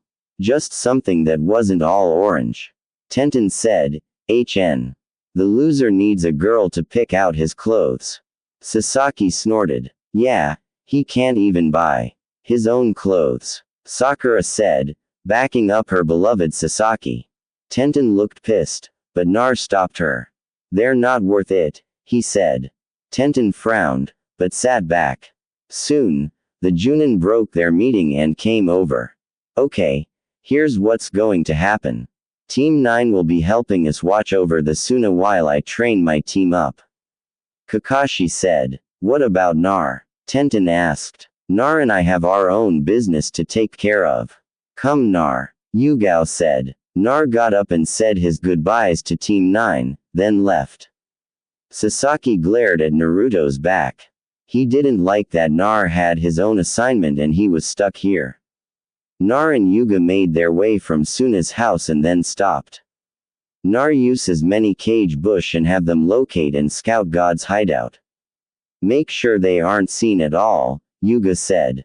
Nar nodded and performed the jutsu and hundreds of clones appeared. All of you look for God's hideout and when you find it, scout around so we know the area. Then dispel so we'll have the information, Yuga commanded. Aye, the clone army said, then left. Back with teams 7 and 9. They were working out a schedule. Sasaki was pissed that Naruto was out and doing something and he was stuck here. He got up and headed for the door. Sasaki, where are you going? Kakashi asked. I'm going to find out where the loser went. Sasaki said he's none of our concern. We've got our mission and he has his. Kakashi said. Sasaki growled. He wasn't happy with what little progress he was making while he was sure Naruto was getting stronger each day. He less than greater than LL have to go to the council when he got to get them to order Kakashi to train him so he could kill his brother. All right, let's head out to train team, Kakashi said with an eye smile. A few days later, Nar and Yuga were at Gad's headquarters. Thanks to Naruto's cage bush, they found it. And after they got there, Yuga had Nar use his clones to map the entire place inside and out. The clones had hanged into mice and surveyed the place inside and out. He has a lot of guards, but none seem to have any experience dealing with shinobi. Nar said he's arrogant enough to think the more guards he has, the less likely he'll be attacked. Yuga said, "What's the plan, sensei?" Nar asked, "How many exploding tags do you have on you?" Yugao asked, knowing Naruto was skilled in fu and jutsu enough to demolish a couple of small towns. Naruto said, "Good. I think I found a way to eliminate the guards and cause enough of a distraction to get us inside." Yuga said using shadow clones, they tagged many of the guards and then set the tags off, causing the guards to explode. It was chaos and that was what Naruto and Yuga needed. They slipped and then several men stopped Yuga. She took them on. "Nar, go take out the target," she ordered as she fought off her opponents with some ease. Nar nodded and made it to God's office. He got stopped by several low-level mercenaries, but Nar pulled out Twin Fox Fang and fought them and killing them. His mind was so set on the task that he didn't even notice he killed them. He had one goal, to get to God. God was running to his panic room, which he had built far away from his office since it didn't match his decor that he had in his office. Nar caught him and pumping chakra into the Ceylon twin fox fang. The dual blades combined as one. Nar swung it and he beheaded the tiny tyrant. Without much fuss. Nar saw the blood pool from the now headless body and the fresh stench of death, and he vomited right then and there. The seal released and the fused blade became two once again. Yugao found Nar sitting by the body white as a sheet. Then she saw the vomit by the body. She felt bad that Nar had to do it but knew he needed to do it. She had seen Naruto's handiwork as she raced by. The first kill was the hardest, and Yuga wanted Naruto to get it over with quickly.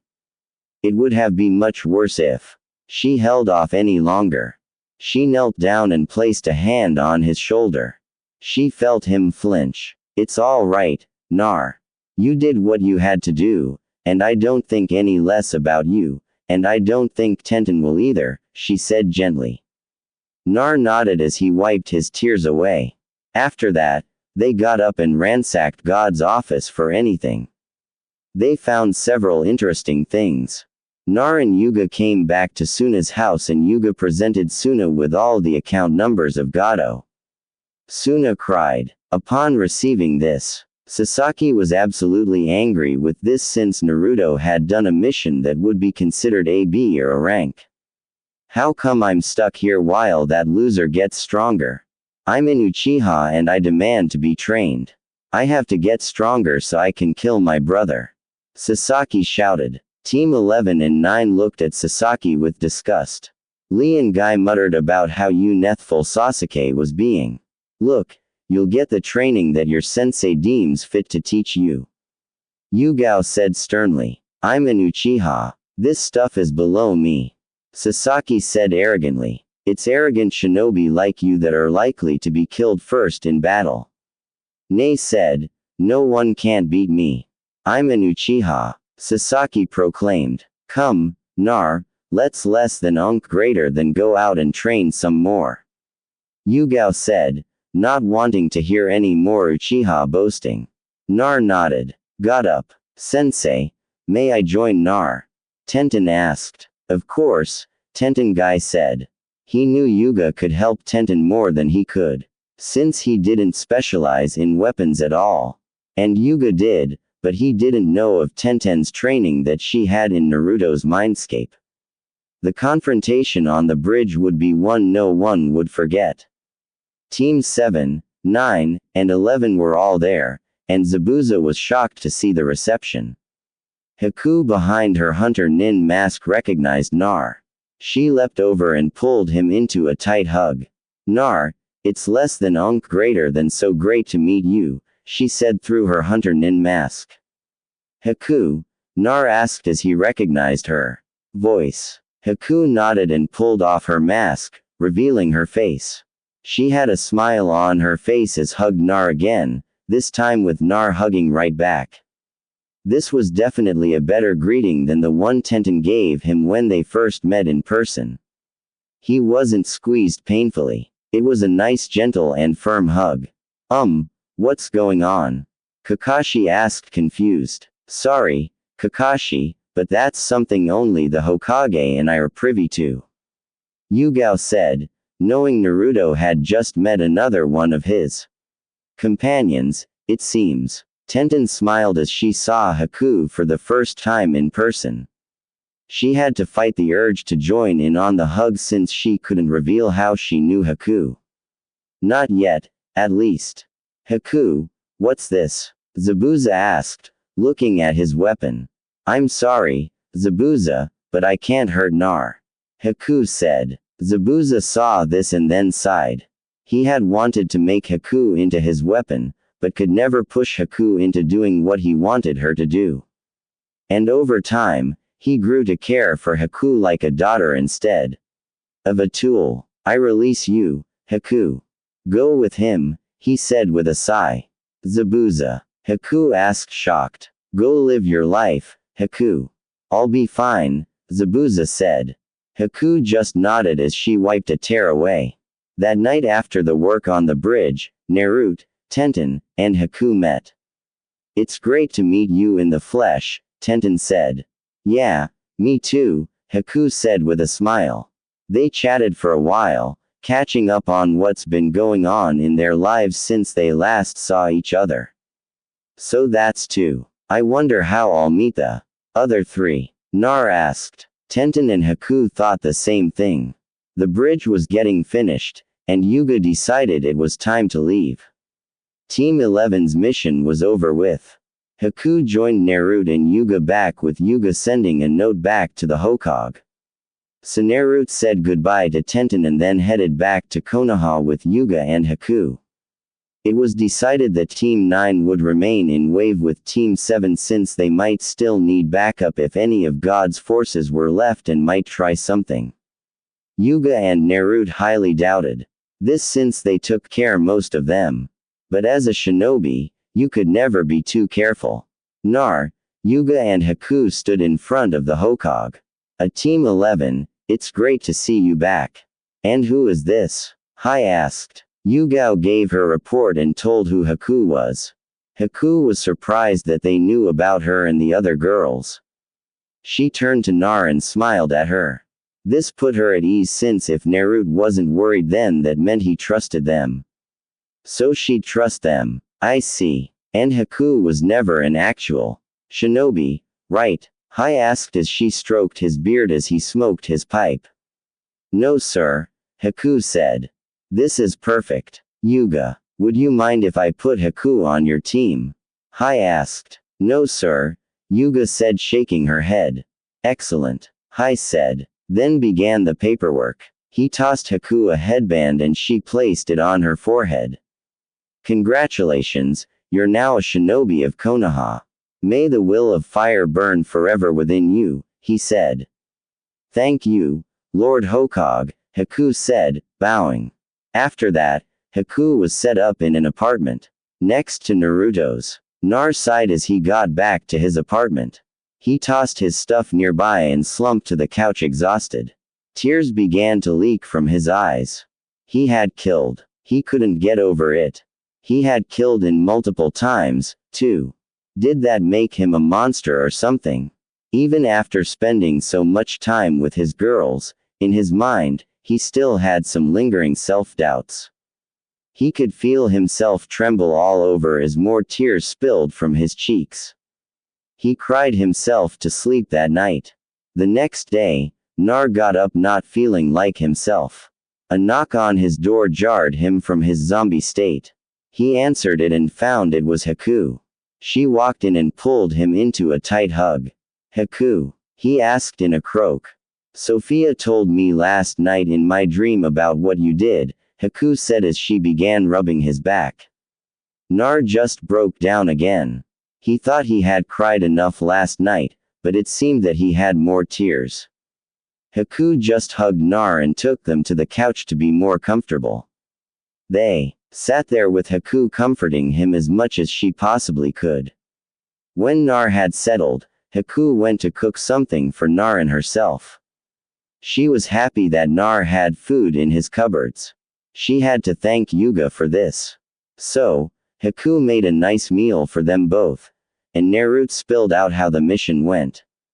When he was finished, Haku was holding his hand tightly. You sensei is right, Naruto. Haku said. Naruto looked up. You did what you had to do. You stopped an evil man and saved a village. The ones you killed, they were just bandits and mercenaries, and they'd just commit some other evil deed if you didn't stop them when you did. I don't think of you any less, nor would Tenten or any of the other girls. You're the same Nar we got to know. Nothing has changed at all. Haku said. I am not a monster. Nar asked. No, you're not, Haku said gently as she gave Naruto's hand an extra squeeze. Nar smiled his first smile since he had killed. The rest of the day Nar and Haku spent together relaxing. And for Nar to heal some more. Haku went shopping herself since she didn't do much yesterday. A few days later, Nar and Haku stood in front of Yuga at Team 11's regular training ground. They had been off duty since it was standard procedure to do so after such a mission. Okay, I know Nar knows what you can do, Haku, but I need to know what skills you have, Yuga said. Haku nodded. I am very skilled in my Hyuuden bloodline and I am a trained medic Ninu. I use Sunbon needles mostly and my accuracy with them are perfect. My taijutsu is also very good, she said. Yuga nodded. She'd have to tell the Hokage about Haku's bloodline, but that was later. All right, we're going to spar and train for today and tomorrow we'll go on missions, she said. So Yuga sparred with Haku and got a good sense on how good Haku was. She knew she shouldn't be surprised by what Haku can do since she was trained just like Naruto had been, but it was still amazing. At times during the spar, Yuga had to loosen the restrictions she placed on herself when she saw how good Haku was. She never went full out on Haku since she knew Haku wouldn't be able to handle it. But by letting go a little, it helped her figure out where Haku was. After the sparring session, Haku healed all the injuries sustained. Then Yuga had Nar and Haku spar a bit, though she knew Nar and Haku knew each other well. A few days later, Team 11 got a mission which was a simple C rank. This one was to head to Kumo to deliver a message. Yuga nodded and took the message that would be given to the Rockage. After packing, they arrived at the gate to leave just as Teams 7 and 9 entered. Well, hello. Leaving? Kakashi asked with an eye smile. Yes, we have a mission, Yuga said. I see. Well, good luck, Kakashi said. Guy flashed a smile and toothpick as he gave Team 11 a thumbs up. Neji just nodded to them and Lee copied his sensei. Sasaki glared at Naruto since Naruto was heading out of the village again going on another mission that should be mine. The Uchiha thought. Tenten chatted with Naruto and Haku. Nar told her that Haku was living right next to him. They couldn't talk long since they had to leave, so they parted ways, promising to talk when they got back. Come on team, let's less than greater than go. Yuga said. Nar and Haku followed after her. Team 11 were making a good pace heading to Kumo. Say Yuga-sensei, how far is Kumo? Nar asked. It's less than greater than quite a ways really. It's located in the mountains. But we're making good time. Yuga said. Soon they made camp for the night. Haku was cooking dinner with the wood Naruto had found, and Yuga had gathered the water. The meal was nice and simple, and then soon it was time for bed. Haku had forgotten to pack her tent and decided to sleep with Nar. You can have my tent, Haku. I'll sleep out here, Nar offered. It's all right, Nar. I think I can trust you with my honor. Haku giggled. Nar went red and Yuga, seeing this, was amused. She then said good night to her team and headed off to the tree where she'd be keeping watch. Nar was nervous as heck as he had tried a few more times to let Haku have the tent and he sleep outside. Naruto, get inside the tent this instant, Haku ordered. Yes, ma'am, Nar said obediently. Yuga watched this exchange and smiled as she shook her head in amusement. Oh, poor Nar. He had 3 other girls that were still to come. She wondered how the blonde would handle it all. It would be great fun to watch. She knew that. Team 11 arrived in Kumo and were checked in at the gate. Nar and Haku stood in awe at the mountains and how it seemed to envelop them from almost all sides. Come along. I don't want you two to get lost here, Yuga said as she saw her 2 students slowing down as they were taking in the sights. Nar and Haku rushed to catch up to their sensei. They got to the Rockage Tower and was led in. Nar and Haku's eyes widened when they saw who was in the office. Haku, is that who I think it is? Nar whispered to Haku. Yes, it is. Haku whispered back. Before the 2 members of Team 11 was Samui and her team. Ah, yes. The Konohan. What do I owe the pleasure? The Rockage asked. We're less than greater than here to deliver an invitation to the Chunin exams that will be held in Konoha this year, Yugao said as Yuga handed over the scroll. I see, the Rockage said as he took the scroll. Samui turned to see the newcomers, and her eyes widened a fraction, but then returned to normal. She then did some hand signs that Naruto and Haku would understand. While in Naruto's mind, he and his 5 girls had created their own sign language, so they could talk to one another if needed to without anyone knowing what they were saying. Nar and Haku caught Samui's message and nodded just slightly to let her know they understood. Samui was relieved seeing that. It will be about a day before I can give you a response. Will that be all right? The Rockage asked. Yuga nodded. Yugao gave Naruto and Haku time off to look around, though warned them not to get into any kind of trouble. The two headed off to where Samui told them to go. Samui had told them a lot about her life in Kumo and what places she liked. So, this led the two to a training ground. It wasn't long for Samui to appear. She had a smile on her face, which was rare for those who really knew her. Hey Samui, Nar greeted. Hello Nar. Haku. Samui said then hugged Nar and then Haku. Hello Samui. Haku said. Soon the three chatted catching up when they last saw each other, which was in Naruto's mind. So Samui think you'll be in the Chunin exams? Nar asked. Most likely Nar-B-sensei thinks we're ready. Samui said great. I can't wait for you to come to Konoha. Nar said. Samui just nodded. So Naruto, you said you've learned Kenjutsu. Let's see how good you are, Samui said as she pulled out her tanto. Nar looked at Haku, who jumped back to play referee. He then pulled out Twin Fox Fang. Samui eyed it with great curiosity since she had never seen a sword like the one Naruto was using. Most Kumo nin, who took up the sword, usually used broadswords, zanbados, tantos, or single-bladed katanas, not a double like Naruto's. And the way he held it was different, too. This was going to be an interesting match, and that got her blood pumping. The two faced off, both in their own fighting position. They stared each other down, waiting for the right moment. All right, begin, Haku said.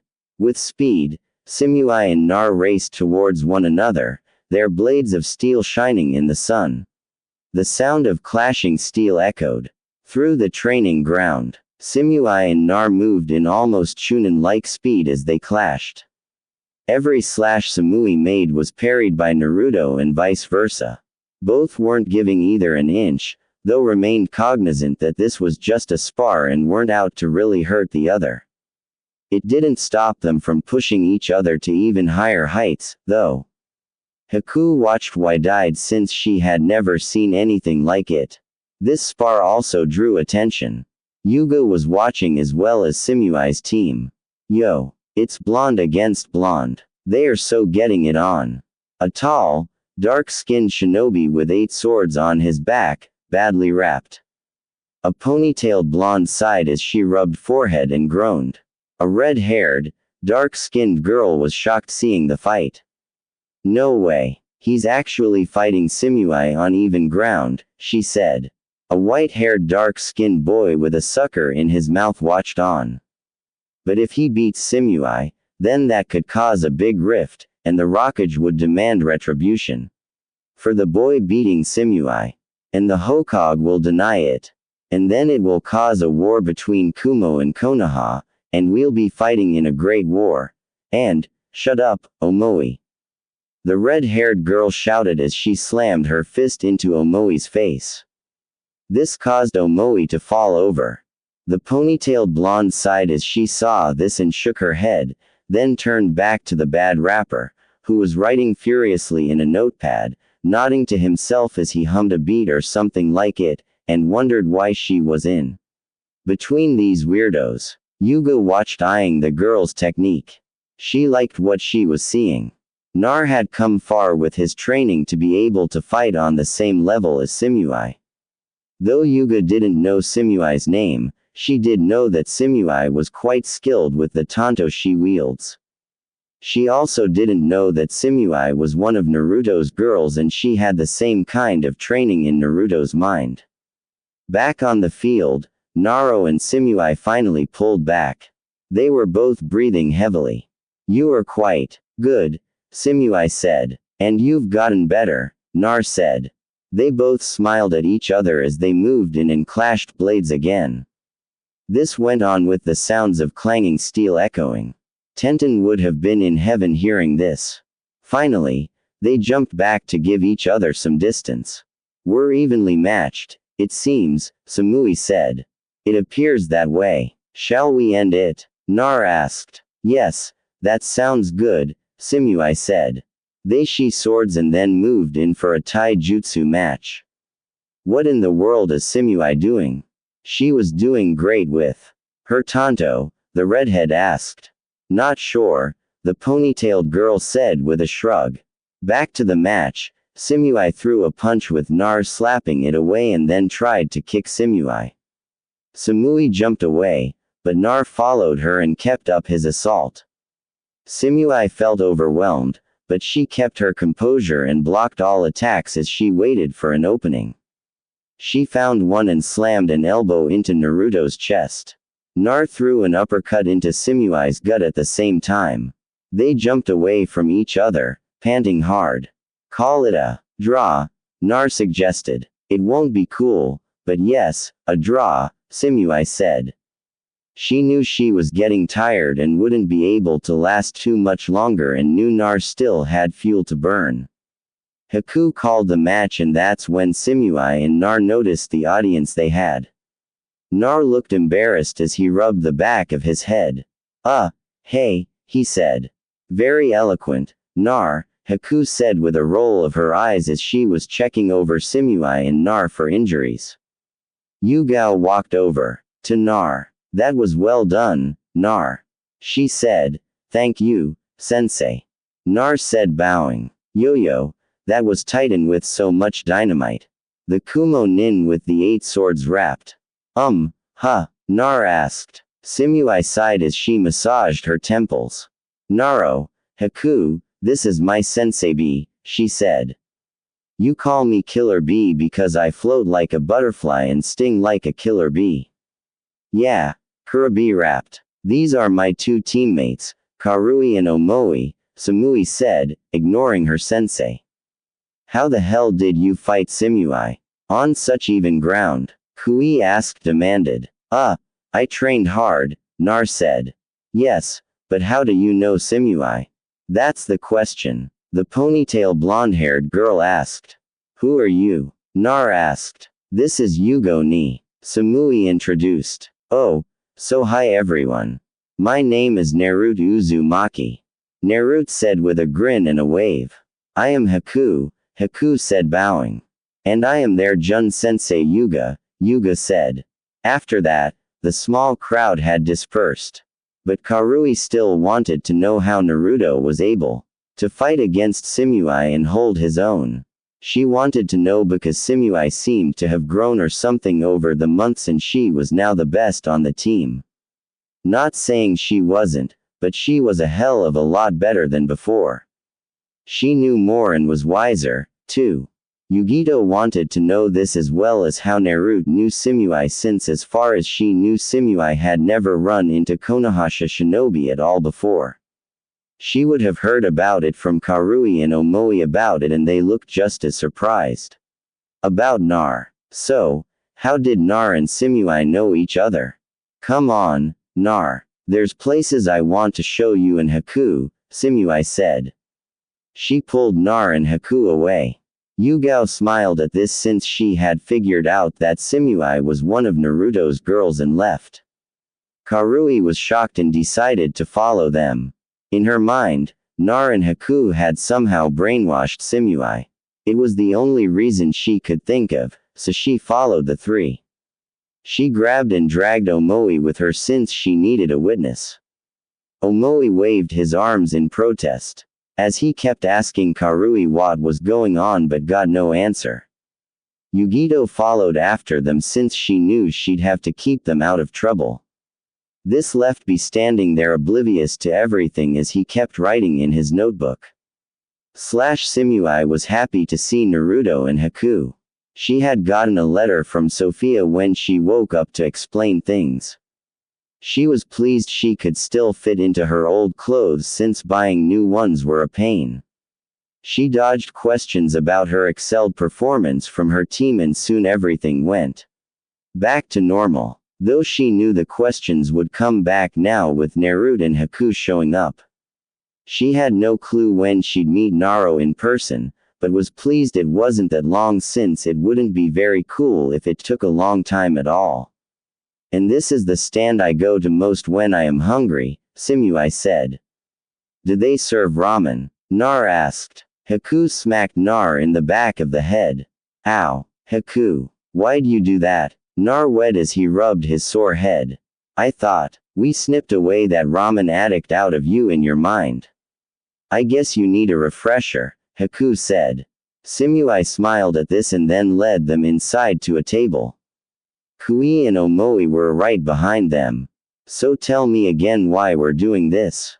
Omoi asked. Karui sighed in exasperation. We're less than greater than doing this because something is wrong with Samui. She isn't acting like she usually is. We need to find out what's going on and see if they've brainwashed her at all, she said. Now that's just dumb, Omoi said. Karui looked at Omoi. What did you just say? She asked. It's dumb. We know Samui. We've known her since the academy. We've been on the same team since graduation. Been on missions with her. If there had been changes in Samui, then we'd have noticed it a long time ago that she had brainwashed in some way. Omoi said. Kui was shocked that Omoi was making sense and not going on with his what-if ramblings. Yugito, who was shadowing the two, heard Omoi and had to agree. But that still didn't mean that she won't find out how Samui knows this Naruto and Haku. So the three moved into the stand and found seats close by to the trio so they could listen in. So what have you all been up to since we saw each other last? Samui asked. Well, I'm off my team. As you can see, I now have a new sensei Yuga. Naruto said. Samui nodded. Well, I met Tenten. She works in a weapons shop that I went to with my sensei. She picked out the clothes I am wearing now. Naruto said. Samui nodded and liked what Naruto was wearing. A hell of a lot better than all the orange he wore before. How do you meet Haku? Samui asked. The three eavesdroppers furrowed their brows since they were confused with Samui less than greater than questions. They had met before, but how? Karui and Omoi would have definitely remember meeting Naruto and Haku. Yugito was now quite suspicious with this all. And now this girl named Tenten. Just what was going on here? Well, my sensei and I along with Tenten's team were called on to help another team. My old team, Nar said. Samui nodded, remembering what Naruto had told her about his team. So anyway, my mission with my sensei was to eliminate the threat. I killed Naruto said. Samui less than greater than S eyes showed much concern for Nar and she took Naruto's hand while Haku took a hold of his other. Nar looked at both girls and smiled at them with a tearful smile, thanking them both without words. He then told her all about meeting Haku with Haku telling it from her point of view. I see. This is very interesting, and makes me wonder who will be next. Samui said. The three eavesdroppers were now really confused as to what was going on and what Samui was talking about. None of this was making any sense to them at all. You two know we're being spied on, right? Nar asked in a quiet whisper. Haku and Samui nodded. So, what should we do? Nar asked. Let them listen. I don't care. Samui said. Haku and Nar nodded. Karui, Omoi, and Yugito followed Nar, Samui, and Haku out of the food stand and headed to get some ice cream. How much longer do we have to follow them? Omoi asked. Till we find out what's going on, Karui said stubbornly. Wouldn't be easier to just ask them? Omoi asked. This made Karui freeze along with Yugo. Yugito sighed and slapped a hand over her face and groaned at how stupid she was being. Karui, on the other hand, went to a more violent route. She grabbed Omoi by his collar and began shaking him with much aggression. Why the hell didn't you suggest that before? You idiot, she shouted. Omoi was getting jostled too much to even give a reply. Karui let go of Omoi before he blacks out again. Samui said as she was holding her ice cream. Karui stopped seeing that stern look Samui was giving her. She dropped Omoi who went to the ground. His eyes just swirls. Haku walked over after handing her ice cream over to Naruto to hold and began checking Omoi over. What are you doing? Yuo asked, ready to attack Haku. I'm a trained medic nin and just want to make sure there isn't any permanent damage, Haku said calmly as she kept checking over. So, will he be alright? Samui asked. Yeah, he will be. It seems he's amazingly resilient when it comes to this kind of abuse, Haku said with a bit of awe in her voice.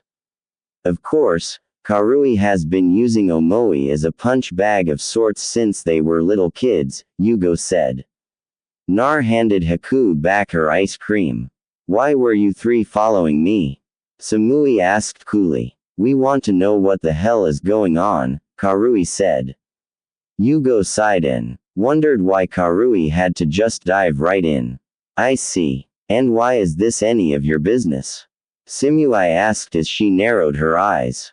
We're less than greater than just worried, Samui, Yugito said, jumping before Karui could reply.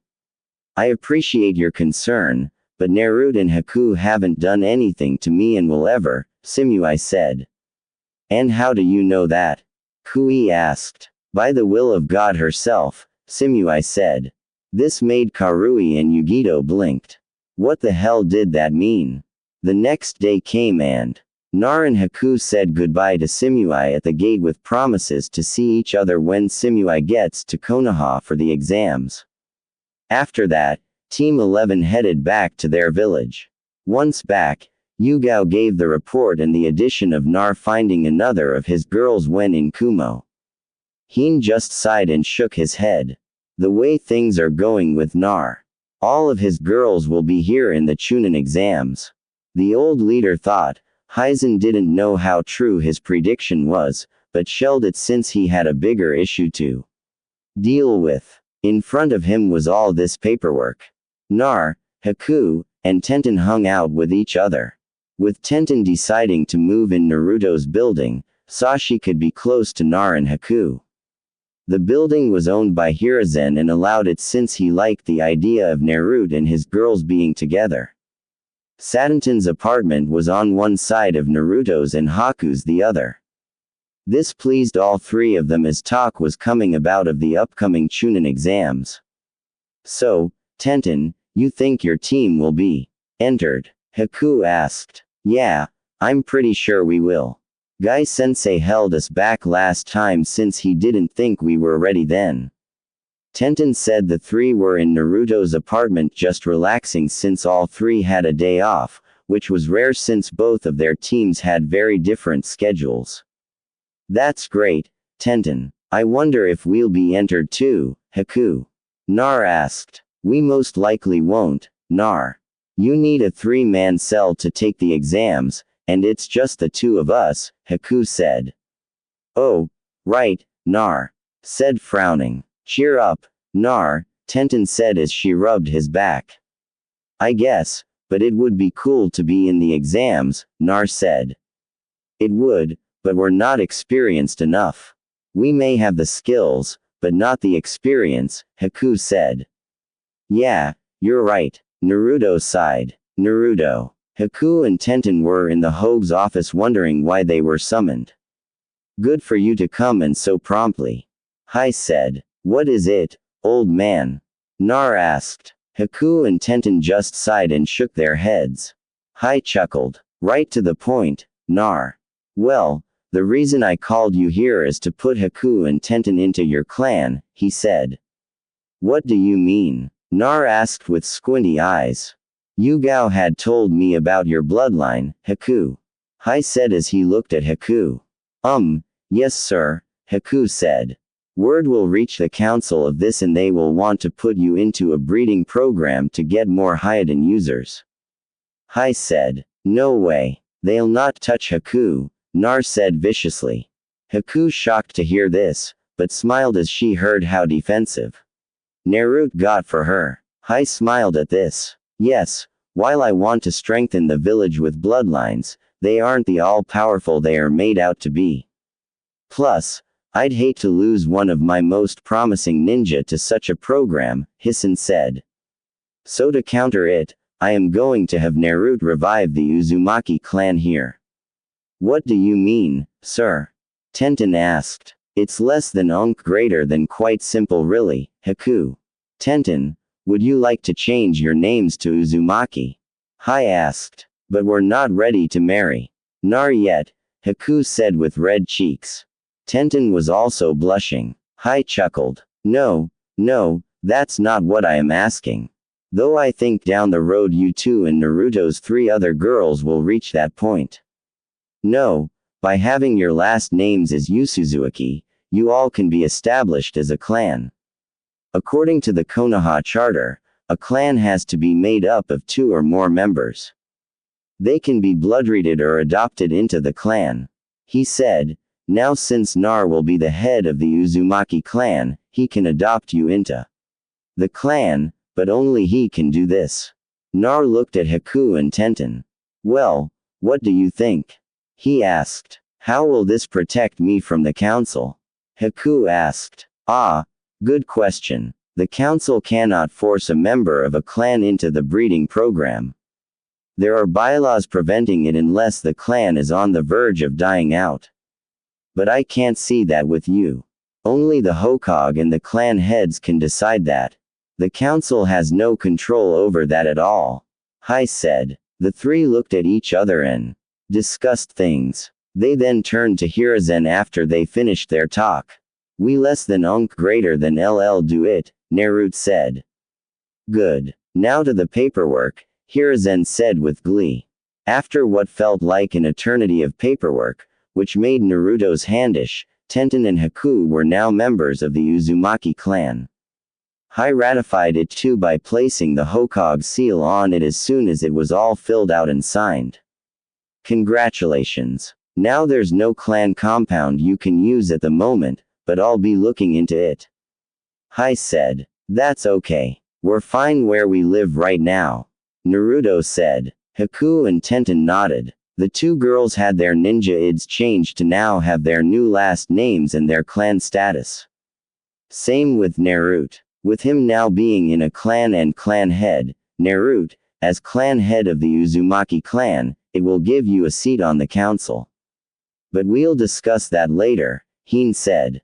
Nar nodded as Hiruzen predicted the council found out about Haku's bloodline and demanded her to be put into the breeding program, but Hiruzen stopped them by showing off the paperwork that a clan is protecting and who the clan was. There was loud screams and arguing, but they couldn't do a thing since Hiruzen as the Hokage had final word. He also threatened the council if they tried to act on taking Haku for breeding there'd be severe punishment. The clan heads stood firm with the Hokage knowing if they allowed this, then their clans could be next, and they didn't want that since they wanted to control their rights to breed whoever they saw fit and have the council decide for them.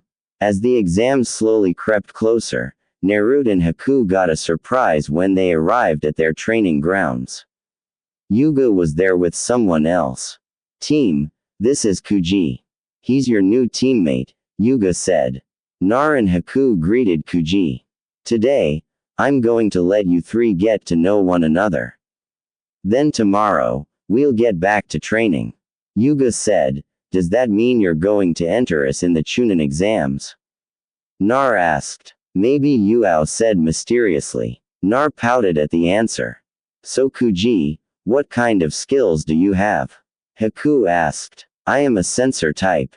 I prefer genjutsu over enjutsu and my taijutsu is on par with the average genin. Kuji said. Naruto and Haku shared their skills and the three began to spar with one another to get used to working together. Yuga sat back offering advice when her team needed it. She felt confident that her team would be ready for the exams even if the third member is quite new.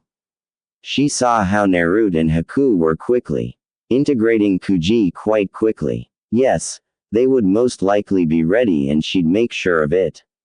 She had picked Kuji since after looking through all the genin that didn't have a team, he seemed to fit the best and after talking to him, he had no animosity towards Naruto and wasn't one to be too nosy. Yugao had told him that his